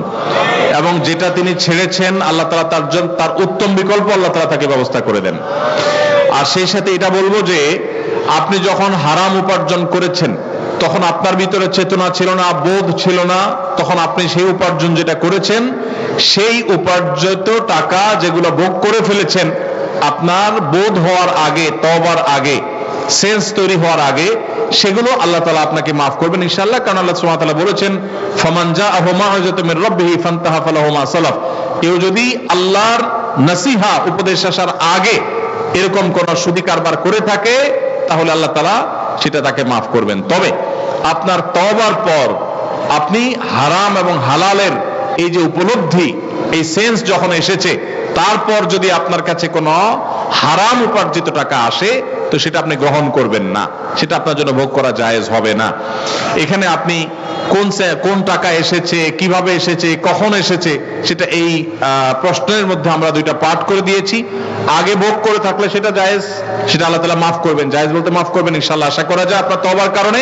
আর পরে যদি এসে থাকে আগের হারাম টাকাই পরে আসছে তওবার পরে, তাহলে এখন আর এটা গ্রহণ করবেন না, এটা আপনার জন্য জায়েজ হবে না। মৃত ব্যক্তির মুখ থেকে লালা নির্গত হয়, তা যদি কোনো জীবিত ব্যক্তির শরীর অথবা কাপড়ে লেগে যায় তাহলে তার হুকুম কি? মানুষের লালা যেহেতু নাপাক না, মৃত ব্যক্তির পরিষ্কার লালা, সেখানে কোনো নাপাক কিছু নেই, খারাপ কিছু নেই, জাস্ট লালা লেগেছে, এটা জীবিত ব্যক্তির পোশাকে কাপড়ে লাগলে নাপাক হবে না ইনশাআল্লাহ। এরপর প্রশ্ন হলো, মৃত ব্যক্তির গোসলের পর যদি নাপাকি বের হয় তাহলে মৃত ব্যক্তির শরীর নাপাক হবে কিনা? গোসলের সময় এই জন্য পেট চাপ দিয়ে, হালকা মৃদু চাপ দিয়ে কোন নাপাক যদি বের হওয়ার মতো থাকে সেটা বের হওয়ার ব্যবস্থা করে দিতে হয়। এরপরও যদি পরবর্তীতে বের হয়ে যায় তাহলে নতুন করে আর গোসল দিতে হবে না, তবে নাপাক সরিয়ে যথাসম্ভব পবিত্র পরিচ্ছন্ন করে তারপরে কাফন দাফনের ব্যবস্থা করবেন। এরপর প্রশ্ন হলো, বিবাহ তালাক হওয়ার পর সেই বউ নেওয়ার বিধান কি? তালাকের পর স্ত্রীকে যদি কেউ ফেরত নিতে চান তাহলে সেক্ষেত্রে তালাকটা যদি ফেরত নেয়ার মতো তালাক দেয় তাহলে ফেরত নেওয়া যাবে। আমি একটা কথা প্রায় বলি, বিবাহ বিচ্ছেদের পর, তালাকের পর 15 বছর 20 বছর পরেও যদি আবার স্বামী স্ত্রী একসাথে থাকতে চান, সুযোগ আছে যদি তালাক দেওয়ার সময় সেভাবে তালাক দেন। আমাদের দেশে সাধারণত তালাক দেওয়ার ক্ষেত্রে আমরা 1 তালাক 2 তালাক না, পারলে শত শত হাজার হাজার তালাক দেই। স্ত্রীকে একা না পারলে স্ত্রী 14 গোষ্ঠী সহ তালাক দেয়, আছে না নাই? এগুলা বিভ্রান্তি। যারা বিবাহ করেছেন তাদেরকে বলছি, আর যারা বিবাহ করবেন তাদেরকেও বলছি, খবরদার, দাম্পত্য জীবনে স্বামী স্ত্রীর মধ্যে যত বোঝাপড়ার গরমিল হোক, যত গন্ডগোল ফাসাদ হোক, কখনো রাগ উঠলো আর তালাক ঝেড়ে দিলেন, এই কাজটা কখনো করবেন না। আমি আমার এক উস্তাদ খুলনা দারুল উলুমের, ওনার কথা প্রায় বিভিন্ন জায়গায় বলি, হুজুরের কাছে তালাকের মাসআলা নিতে আসলে মাসআলার উত্তর দেওয়ার আগে ওনার গদির নিচে যে বেত থাকতো ওই বেত দিয়ে আগে এক দফা পিটাই নিতেন। সে কোনো অফিসার, সে কোনো ব্যবসা প্রতিষ্ঠানের মালিক, এসব দেখা দেখি নাই। তালাকের মাসআলা কোন পুরুষ লোক জানতে আসছে, এই মাসআলার উত্তর দেওয়ার আগে উনি ব্যাটটা বের করে শরীরে যত জোর আছে জোর দিয়ে 4-5টা বাড়ি আগে মারতেন, এরপরে ব্যাটটা রেখে বলতেন এবার বলো মাসআলা কি। কারণ চুন থেকে নুন খসলেই তালাক। তালাক কি মায়ের হাতের মোয়া? মনে চাইলো তালাক দিয়ে দিলেন। একটা সম্পর্ক থাকা না থাকার ব্যাপার। এখানে পুরুষরা যেরকম আছে, অনেক মেয়েরাও আছে, কিছু হলেই বাবার বাড়ি দৌড় দিবে, হইতে না হইতে বলে না সংসার করবো না, আবার বেহায়ার মতো সেই সংসার ঠিকই করে। আর এই ঠিক ঠিক বলা পুরুষদের মধ্যে বহু পুরুষ আছে যে চুন থেকে নুন খসলেই বলে না তোর সাথে সংসার করবো না। এই ছোট লোক কি সবাই করবেন? যুবক ভাইরা যারা আছেন, খবরদার। দাম্পত্য জীবনের প্রথম দিনগুলো, প্রথম বছরগুলো অনেক কষ্টে যায়, বনিবনা হতে চায় না, স্বামীর মধ্যে নানান বিষয়ে কেওয়াজ লাগে, মায়ের কারণে, বোনের কারণে, ননদের কারণে, শাশুড়ির কারণে, বাইরের লোকের কারণে নানান ভুল বোঝাবুঝি তৈরি হয়। দিন যত অতিবাহিত হতে থাকবে, যত পারিবারিক জীবনটা সামনে এগোতে থাকবে, লাস্টিং করতে থাকবে, সন্তান বড় হতে থাকবে, ইনশাআল্লাহ দেখবেন এগুলো সব হারায় যাবে। যারা ধৈর্যশীল তারা সবর করে, যারা অধৈর্যশীল তারা আগে ভাগে রাস্তা দুদিক করে ফেলে। এই জন্য ধৈর্য সহ্য ছাড়া কখনো পারিবারিক জীবন টিকানো সম্ভব নয়। ঘরে ঘরে তালাক হচ্ছে, আমি তালাক নিয়ে একটা লিফলেট তৈরি করছি, ইনশাআল্লাহ সেটা অচিরেই হাজার হাজার মানুষের কাছে আমরা পৌঁছায় দিব যে বিবাহের আগে তালাক সম্পর্কে সতর্ক হন। বেশিরভাগ মানুষ তালাক দিয়ে এসে এরপরে চোখের পানি ফেলে, এসে বলে হুজুর দিয়ে ফেলেছি এখন কি করব। আপনি যদি 3টা তালাক দিয়ে শেষ করে থাকেন, তাহলে সেক্ষেত্রে আপনার স্ত্রীর সাথে আপনার সংসার করার সুযোগ যদি নষ্ট করেন, গোটা পৃথিবীর সব হুজুর একসাথে হয়ে, মক্কা মদিনার ইমাম সাহেব যদি একসাথে হন, আপনাকে আপনার স্ত্রীর সাথে সংসার করার সুযোগ দিতে পারেন না। কারণ ব্যাপারটা হলো ছুরি মারার মতো। আমার পেটে ছুরি মেরে দিলেন, এরপর আপনি জিহ্বা কামড়াচ্ছেন, আফসোস করছেন। আফসোস আপনি করতে পারেন, আমি আর জীবিত হয়ে যাব না। দাম্পত্য সম্পর্কটা এরকম। এই জন্য খবরদার, রাগের মাথায় যদি ডিসিশন নেন যে তার সাথে আমি সংসার করব না, তখন স্ত্রীকে কিছু বলবেন না। আমি যদি এজন্য বলি, রাগ উঠেছে, পারলে একটা ধাক্কা দিলেন, একটা বকা দিলেন, একটা ভালো কথা বলে বকা দিলেন, গালিগালাজ না, পারলে একটা চিমটি দিলেন। যদি আপনি অন্যায় করে থাকেন তাহলে আপনার বিচার করা যাবে। কিন্তু যদি তালাক দিয়া বসেন, সালাতুন জিদ্দুহুন্না জিদ্দুন ওয়া হাজলুহুন্না জিদ্দুন, নবীজি সাল্লাল্লাহু আলাইহি সাল্লাম বলেছেন 3টা কাজ ইচ্ছাকৃত করলে যা হবে, দুষ্টুমি করে করলেও তা হবে। আমাদের দেশে বিভিন্ন জায়গায় একসময় ছিল, এখন আছে কিনা জানি না, অনেক এলাকা প্রশাসনের অনেক ভাইরা তারা বড় বড় সাইনবোর্ড লাগায় রাখছে, রাগের মাথায় তালাক দিলে তালাক হয় না। দেখছেন আপনারা এই সাইনবোর্ড? কেউ দুর্ভাগ্য হয় নাই কারোর, এরকম সাইনবোর্ড অনেক জায়গায় আছে। আমাদের দুর্ভাগ্য যে আমাদের ফতোয়া অনেক সময় আমাদের প্রশাসন অনেক বাইরে দিয়ে দেয়, রাগের মাথায় তালাক দিলে নাকি তালাক হয় না। তালাক কি মানুষ মহব্বত করতে করতে দেয়? স্ত্রীর সাথে মহব্বত, ভালোবাসা, আতিশয্যে তালাক দিয়ে দেয়? তালাক তো দেয় রাগের মাথায়। তবে শরীয়ত বলে রাগের মাথায় আপনি ব্যালেন্স হারিয়ে তালাক দিয়ে পরে আফসোস যেন করতে না হয়, এই জন্য আপনাকে সবর করতে হবে। তালাক দেওয়ার ডিসিশন নিয়েছেন, স্ত্রীর একটা মাসিক পার হওয়ার পর্যন্ত অপেক্ষা করতে হবে। আসলো আর মুখ দিয়ে তালাক বলে দেন জি না। তালাক দেওয়ার নিয়ম শুনেন, যেভাবে তালাক দিলে আবারও ফেরত নিতে পারবেন কখনো চাইলে, সেটা সুযোগ কখন হবে।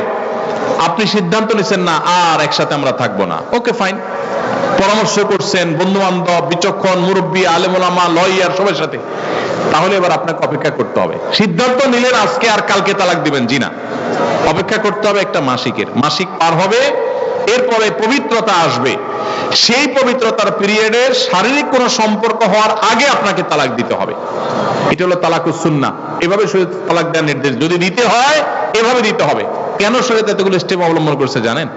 কারণ শরীয়ত এনশিওর করতে চায় আপনার তালাকটা খুব বিচক্ষণতার সাথে, বুদ্ধিদীপ্ত ভাবে, সুচিন্তিত ভাবে হয়েছে, ঠান্ডা মাথায় হয়েছে, বুঝে শুনে হয়েছে। আপনি এটা অ্যাবনরমাল হয়ে মেজাজ হারিয়ে আপনি মাথা গরম করে দিয়ে ফেলেননি। এটা নিশ্চিত করবার জন্য এতগুলো সময়, এতগুলো স্টেপ নিয়েছে যে একটা মাসিকের পিরিয়ড পার হওয়ার পরও স্বামী স্ত্রী একে অন্যের প্রতি যথেষ্ট আকৃষ্ট হওয়ার কারণ থাকা সত্ত্বেও সেই শারীরিক সম্পর্ক করার আগে আপনি তালাক দিচ্ছেন, মানে হলো যথেষ্ট যৌক্তিকতা আছে এবং আপনি খুব কনভিন্স হয়ে বুঝে শুনে তালাক দিচ্ছেন। এটা এনশিওর করার জন্য শরীয়ত এতগুলো বাদ দিয়েছে। এই বাদ পার হওয়ার পর আপনাকে তালাক দিতে হবে। আমাদের দেশে হাজারের ভিতরে 999 জন মানুষ তালাক দেওয়ার সময় মুখ দিয়ে আসলো আর পট করে তালাক দিয়ে দিল। এটা সুন্নাহ তালাক নয়। এই তালাকটা এইভাবে তালাক দেওয়া এটা একটা গুনাহের কাজ, এভাবে তালাক দিবেন না, তালাক দেওয়া যাবে না। এই জন্য যুবক ভাইরা যারা বিবাহ করবেন ভবিষ্যতে, আপনারা জেনে রাখেন ঘরে ঘরে তালাক হচ্ছে। ঢাকায় যতগুলো বিবাহ রেকর্ড হয় আনুপাতিক হারে প্রায় পাল্লা দিয়ে ততগুলো বিবাহ বিচ্ছেদ হয়। ভয়ঙ্কর ভাবে তালাক বেড়ে চলেছে। কয়েক জায়গায় মাহফিলে গিয়েছি, এলাকার চেয়ারম্যান সাহেবরা বলছে, ভাই আমি চেয়ারম্যান হওয়ার পরে যে বিচার আচার আমার কাছে আসছে বিসমিল্লাহ করছি তালাকের বিচার দিয়া। একজন বলছেন যে কয়েকদিনের ভিতরে 20-25টা তালাকের বিচার আসছে, আর যেগুলো আমার কাছে আসে সেগুলো তো আমাদের হিসাবের বাইরে। এই জন্য আপনাদের প্রতি উদাত্ত আহ্বান রাখতে চাই, আমাদের সংসারগুলো সব খান খান হয়ে যাচ্ছে, সবাই সংযমী হতে হবে, ধৈর্যশীল হতে হবে। as-sabru জাযাউহু আল জান্নাহ, সবরের বিনিময়ে আল্লাহ তাআলা জান্নাত দান করবেন। সবাই সবর করবেন তো ইনশাআল্লাহ। দাম্পত্য জীবনে আর যা হোক খবরদার কখনো মাথা গরম করে তালাক দিবেন। আমি যেভাবে বলেছি সুন্নাহ সম্মত তালাক, এভাবে যদি পিরিয়ড যাওয়ার পরে, সুস্থ হওয়ার পর, শারীরিক সম্পর্কের আগে একটা তালাক দিবেন, এটা হলো সুন্নাত। তালাক কয়টা হবে? একটা। একটার বেশি তালাক দিবেন সেটা জায়েজ হলো না, জায়েজ হবে একটা তালাক। একটা তালাক দিলেন, বাস রেখে দিলেন, 2 মাস 3 মাস পার হয়ে গেল, অটোমেটিক সম্পর্ক ছিন্ন হয়ে গেল, দুজন দুদিকে যেতে পারেন, আলাদা বিয়ে হতে পারে। আবার বহুকাল পরে চাইলে নিজেরা শুধু বিবাহ পড়িয়ে আগ্ধ করে আবার একত্র হয়ে যেতে পারবেন। আর যদি আপনি একটা দিয়েছেন, আবার আরেকটা দিয়েছেন, 6 মাস পর আরেকটা দিয়েছেন, দিয়ে 3টা শেষ করে ফেলছেন, তাহলে আর কখনো বিবাহ যদি মক্কার ইমাম সাহেব এসেও পড়ায় তারপর আর একসাথে থাকতে পারবেন না। আল্লাহ তাআলা আমাদেরকে এই বিবাহ বন্ধন এবং তালাকের ক্ষেত্রে শরিয়াকে মেনে চলার তৌফিক দান করুন। ভাইরা আমার, প্রশ্ন অনেক আছে কিন্তু রাত অনেক হয়েছে, আমরা সংক্ষেপ করব বলেছি, তারপর অনেক লম্বা হয়ে গেছে।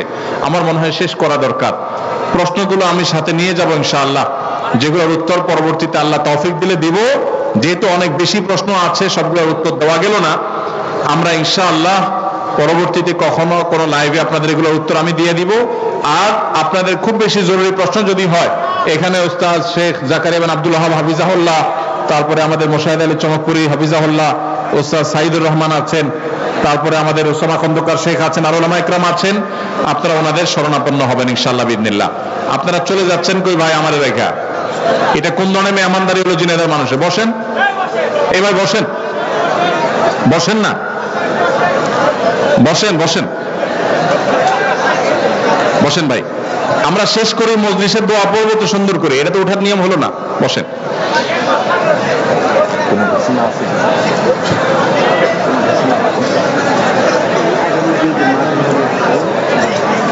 কালকে কে আসবেন? মুক্তি জোগাড় বলতে মুক্তার মাশাআল্লাহ, উনি কি জোগাড় ভাই কি কালকে আসবেন? ভাইরা আমার, আস-সুন্নাহ ট্রাস্টের এই মাহফিল আপনারা জানেন 3 দিন ব্যাপী হয়ে থাকে প্রতি বছর। আগামীকাল এই মাঠের এই মাহফিলে ইনশাআল্লাহ দেশের দুজন স্বনামধন্য আলেমীদ্বীন আসবেন, আমার পছন্দের 2 জন মানুষ আসবেন। এর ভিতরে একজন হলেন ডক্টর মনজুর ইলাহি হাফিজাহুল্লাহ, আরেকজন হলেন আমার অত্যন্ত ভালোবাসার একজন মানুষ ডক্টর আব্দুল্লাহ জাহিনাউল্লাহ, যাকে অনেক বেশি ভালোবাসতেন। ওনার প্রতিষ্ঠানে স্যার গিয়েছেন এবং তাকে এখানে ডেকে আনতেন। ওনার হাতে গড়া ওস্তাদ মোশাহিদ আলী চমকপুরি এখানে আছেন, এই প্রতিষ্ঠানে কর্মরত আছেন। সে উস্তাদ জুবায়ের আহমদ হাফিজাহুল্লাহ, বাংলাদেশে 10 জন 20 জন আলেম, দায়ী, মুখলেস, নিষ্ঠাবান, আল্লাহর জন্য কাজ করেন, এরকম মানুষগুলো যাদেরকে আমি দিল থেকে মহব্বত করি, এর মধ্যে একজন উনি। আলহামদুলিল্লাহ, মুখলেস হিসেবে যাদের ব্যাপারে জোর গলায় কথা বলা যায়, আজকাল তো সবার ব্যাপারে কথা বলা যায় না, চোখ বন্ধ করে যাদের ব্যাপারে বলা যায়, এরকম মানুষগুলোর ভিতরে একজন জুবায়ের ভাই। মনের গভীর থেকে ভালোবাসি, মাঝে দোয়া করি আল্লাহ ওনার মতো মুখলেস যদি হতে পারতাম। তো জুবায়ের ভাইয়ের মতো মানুষ, জুবায়ের আহমদ হাফিজাহুল্লাহ, অনেক বড় দায়ী, মুসলিমদের মধ্যে দাওয়াতি কাজ করেন। তার দাওয়াতে বহু মানুষ ইসলামের পথে এসেছেন, অন্য ধর্মাবলম্বীরা। জুবায়ের ভাই কালকে আসবেন ইনশাআল্লাহ, আপনারা কালকে থাকবেন। আর পরশুদিন আপনারা জানেন আস-সুন্নাহ ট্রাস্ট, ডক্টর খন্দকার আব্দুল্লাহ জাহিনাউল্লাহ প্রতিষ্ঠিত আস-সুন্নাহ ট্রাস্টের সম্মানিত ট্রাস্টি এবং এই প্রতিষ্ঠানের মূলত মুরব্বী যিনি এখন আছেন, ফুরপুরার সম্মানিত পীর সাহেব হুজুর, তিনি আসবেন, আব্দুল হাই মেশকাত সিদ্দিকী হাফিজাহুল্লাহ, যিনি আমাদের শেখ ওসামা খন্দকারের মামা এবং স্যারের শ্যালক, তিনি আসবেন পরশুদিন ইনশাআল্লাহ সমাপনী দিবসে। আপনারা এই দোনোদিনের সময় এখানে আসবেন এবং প্রতিষ্ঠানের সাথে আপনারা সম্পৃক্ত থাকবেন। আল্লাহ তাআলা আমাদের সবাইকে তৌফিক নসিব করুন। আমার মন চায় আপনাদের সবার সাথে একটু হাত মিলাই, একটু মুসাফা করি, কিন্তু সেই সুযোগ তো নাই। এটা করতে করতে তো ফজর হয়ে যাবে, আপনাদেরও বাসা যেতে হবে, আমারও আবার ফিরে যেতে হবে। তো আমি শুধু একটা দোয়া করে শেষ করি, আল্লাহ আমাদের স্যার রাহিমাহুল্লাহর এই কাননে আজকে আমরা সমবেত হয়েছি। যে স্যার আমাদেরকে যা শিখিয়ে গেছেন সেগুলো এখন আমরা চেষ্টা করছি চর্চা করার, আমল করার, বলার। আমরা এখানে যেভাবে আজ সমবেত হয়েছি, আমাদের পর্দা আলে বহু মা বোনরা আছেন, মা বোনদের উদ্দেশ্যে কিছু কথা বলার ইচ্ছা ছিল, কিন্তু সে সুযোগ সময় আমার হয় নাই।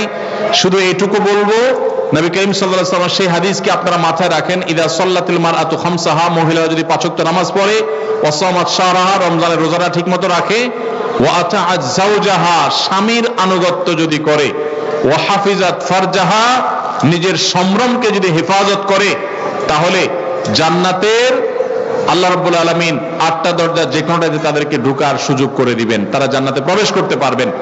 তো ভাইরা আমার, আমাদের বোনদেরকে আমি বলতে চাই, তারা যেন এই শেষের দুটি আমল, অনেক বোন এখানে যারা আসছেন আপনারা হয়তো 5 ওয়াক্ত নামাজে পড়েন মাশাআল্লাহ, স্বামীর আনুগত্য করা, এটাকে আমি বলি তিতা করলার মতো আমল। এটা করতে মন চায় না। অনেক মহিলা আছেন কোরআন তেলাওয়াত করতে রাজি, দোয়া দুরূদ পড়তে রাজি, সবই ঠিক আছে, স্বামীর কথা শুনতে রাজি না, স্বামীর কথাটা মানতে রাজি না। স্বামীটা যদি একটু মনে হয় একটু বেকুব সেকুব হয়, আমি একটা কথা প্রায় বলি, পৃথিবীতে বহু বুদ্ধিমান পুরুষ আছে, একটাও চালাক স্বামী নাই। কি বুঝলেন? পৃথিবীতে বহু চালাক পুরুষ আছে, কিন্তু একটাও চালাক স্বামী নেই। কারণ সব মহিলার কাছে তার স্বামীটা একটু বেকুব কিসিমের। যত শেয়ানা পাবলিক হোক, অনেক বড় পলিটিশিয়ান, কিন্তু ঘরের মহিলার কাছে বোকা। মহিলারা এইভাবে মনে করেন। তো শয়তান তাদের কাছে এমন ভাবে এটাকে তুলে ধরে যে তারা স্বামীর আনুগত্য করতে চান না, মানতে চান না, যে সে বোকা, কি মানবো তার। এটা আমাদের জন্য একটা অ্যাসিড টেস্ট। বিশেষ করে আজকের এই জোয়ার যখন চলছে, ইমান বিরোধী জোয়ার, গোটা বিশ্বে নানাভাবে প্রপাগান্ডা চালানো হচ্ছে আমাদের মা বোনদেরকে বিপদগামী করবার জন্য। কখনো স্বাধীনতার নাম দিয়া, কখনো মত প্রকাশের স্বাধীনতার নাম দিয়া, নানা নাম দিয়া। আপনারা এই জায়গাটাতে শরিয়ার সীমানা এবং যৌক্তিক নির্দেশ যতদিন স্বামীরা করবেন, ততদিন পর্যন্ত তাদের আনুগত্য করবেন, বুঝে আসুক আর না আসুক সবর করবেন। যদি উল্টাপাল্টা হয়, আল্লাহ তাআলার বিনিময়ে জান্নাত দেবেন ইনশাআল্লাহ। সেই সাথে চেষ্টা করবেন নিজের সম্ভ্রমকে হেফাজত করার, মেয়েদেরকে, ছেলেদেরকে চরিত্রহীন যেন না হয় সেই পথ থেকে তাদেরকে বাঁচিয়ে রাখার চেষ্টা করবেন। মা বোনদের প্রতি নাসিহা থাকলো। আর ভাইরা, আমরা আজকে এখানে যেরকম সমবেত হয়েছি, আরশে আজিমের মালিকের কাছে দোয়া করি, আল্লাহ আমাদেরকে ঠিক এইভাবে জান্নাতুল ফেরদাউসে সমবেত হওয়ার তৌফিক দান করো। জান্নাতে ইনশাআল্লাহ যদি আল্লাহ আমাদের সবাইকে যাওয়ার তৌফিক দান করেন, তাহলে সেখানে মুসাফা হবে, বৈঠক হবে, অনেক কিছু হবে, সেলফিও হয়তো হবে, কোনো অসুবিধা নেই ইনশাআল্লাহ। তো আমরা সেদিনের জন্য তোলা রেখে দিলাম, কি বলেন? আল্লাহ তাআলা আমাদের সবাইকে তৌফিক দান করুন।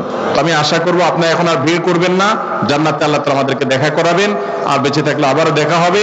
আবারও আমি আসুন্নাহ ট্রাস্ট, ডক্টর খন্দকার আব্দুল জাহানুল্লাহ প্রতিষ্ঠিত আসুন্নাহ ট্রাস্টের সম্মানিত চেয়ারম্যান, স্যারের একমাত্র সাহেবজাদা শেখ ওসমান খন্দকার, তিনি জানেন আপনারা দেশে চলে আসছেন, বিদেশ ছেড়ে, পড়ালেখা শেষ করে তিনি চলে আসছেন দেশে। আলহামদুলিল্লাহ আসুন্নাহ ট্রাস্টের হাল ধরেছেন।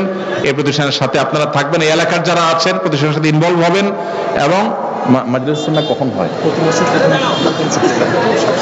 ইংরেজি প্রতি ইংরেজি মাসের প্রথম শুক্রবার সন্ধ্যায় বাদ মাগরিব এখানে মাজলিসুস সুন্নাহ হয়। এটা স্যার থাকতে স্যার করতেন, এখন আলহামদুলিল্লাহ শেখ ওসামা খন্দকার করেন। আপনারা যারা ঝিনাইদহের মানুষ আছেন, দূর দূরান্ত থেকে এখানে আসবেন।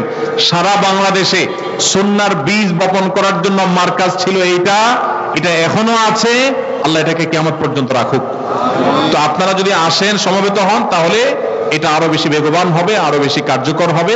আমরা মনে প্রাণে দোয়া করি আল্লাহ তাআলা আমাদের এই বসাকে, শোনাকে, আমাদের এই বলাকে আল্লাহ তাআলা কবুল এবং মঞ্জুর করুন। আমরা যা শুনলাম আল্লাহ তাআলা আমাদেরকে আমল করার তৌফিক দান করুন। আমরা মজলিস থেকে উঠার দোয়া পড়বো এখন। সুবহানাল্লাহি ওয়া বিহামদিহি, সুবহানাকাল্লাহুম্মা ওয়া বিহামদিকা, আশহাদু আল্লা ইলাহা ইল্লা আনতা, আস্তাগফিরুকা ওয়া আতুবু ইলাইক।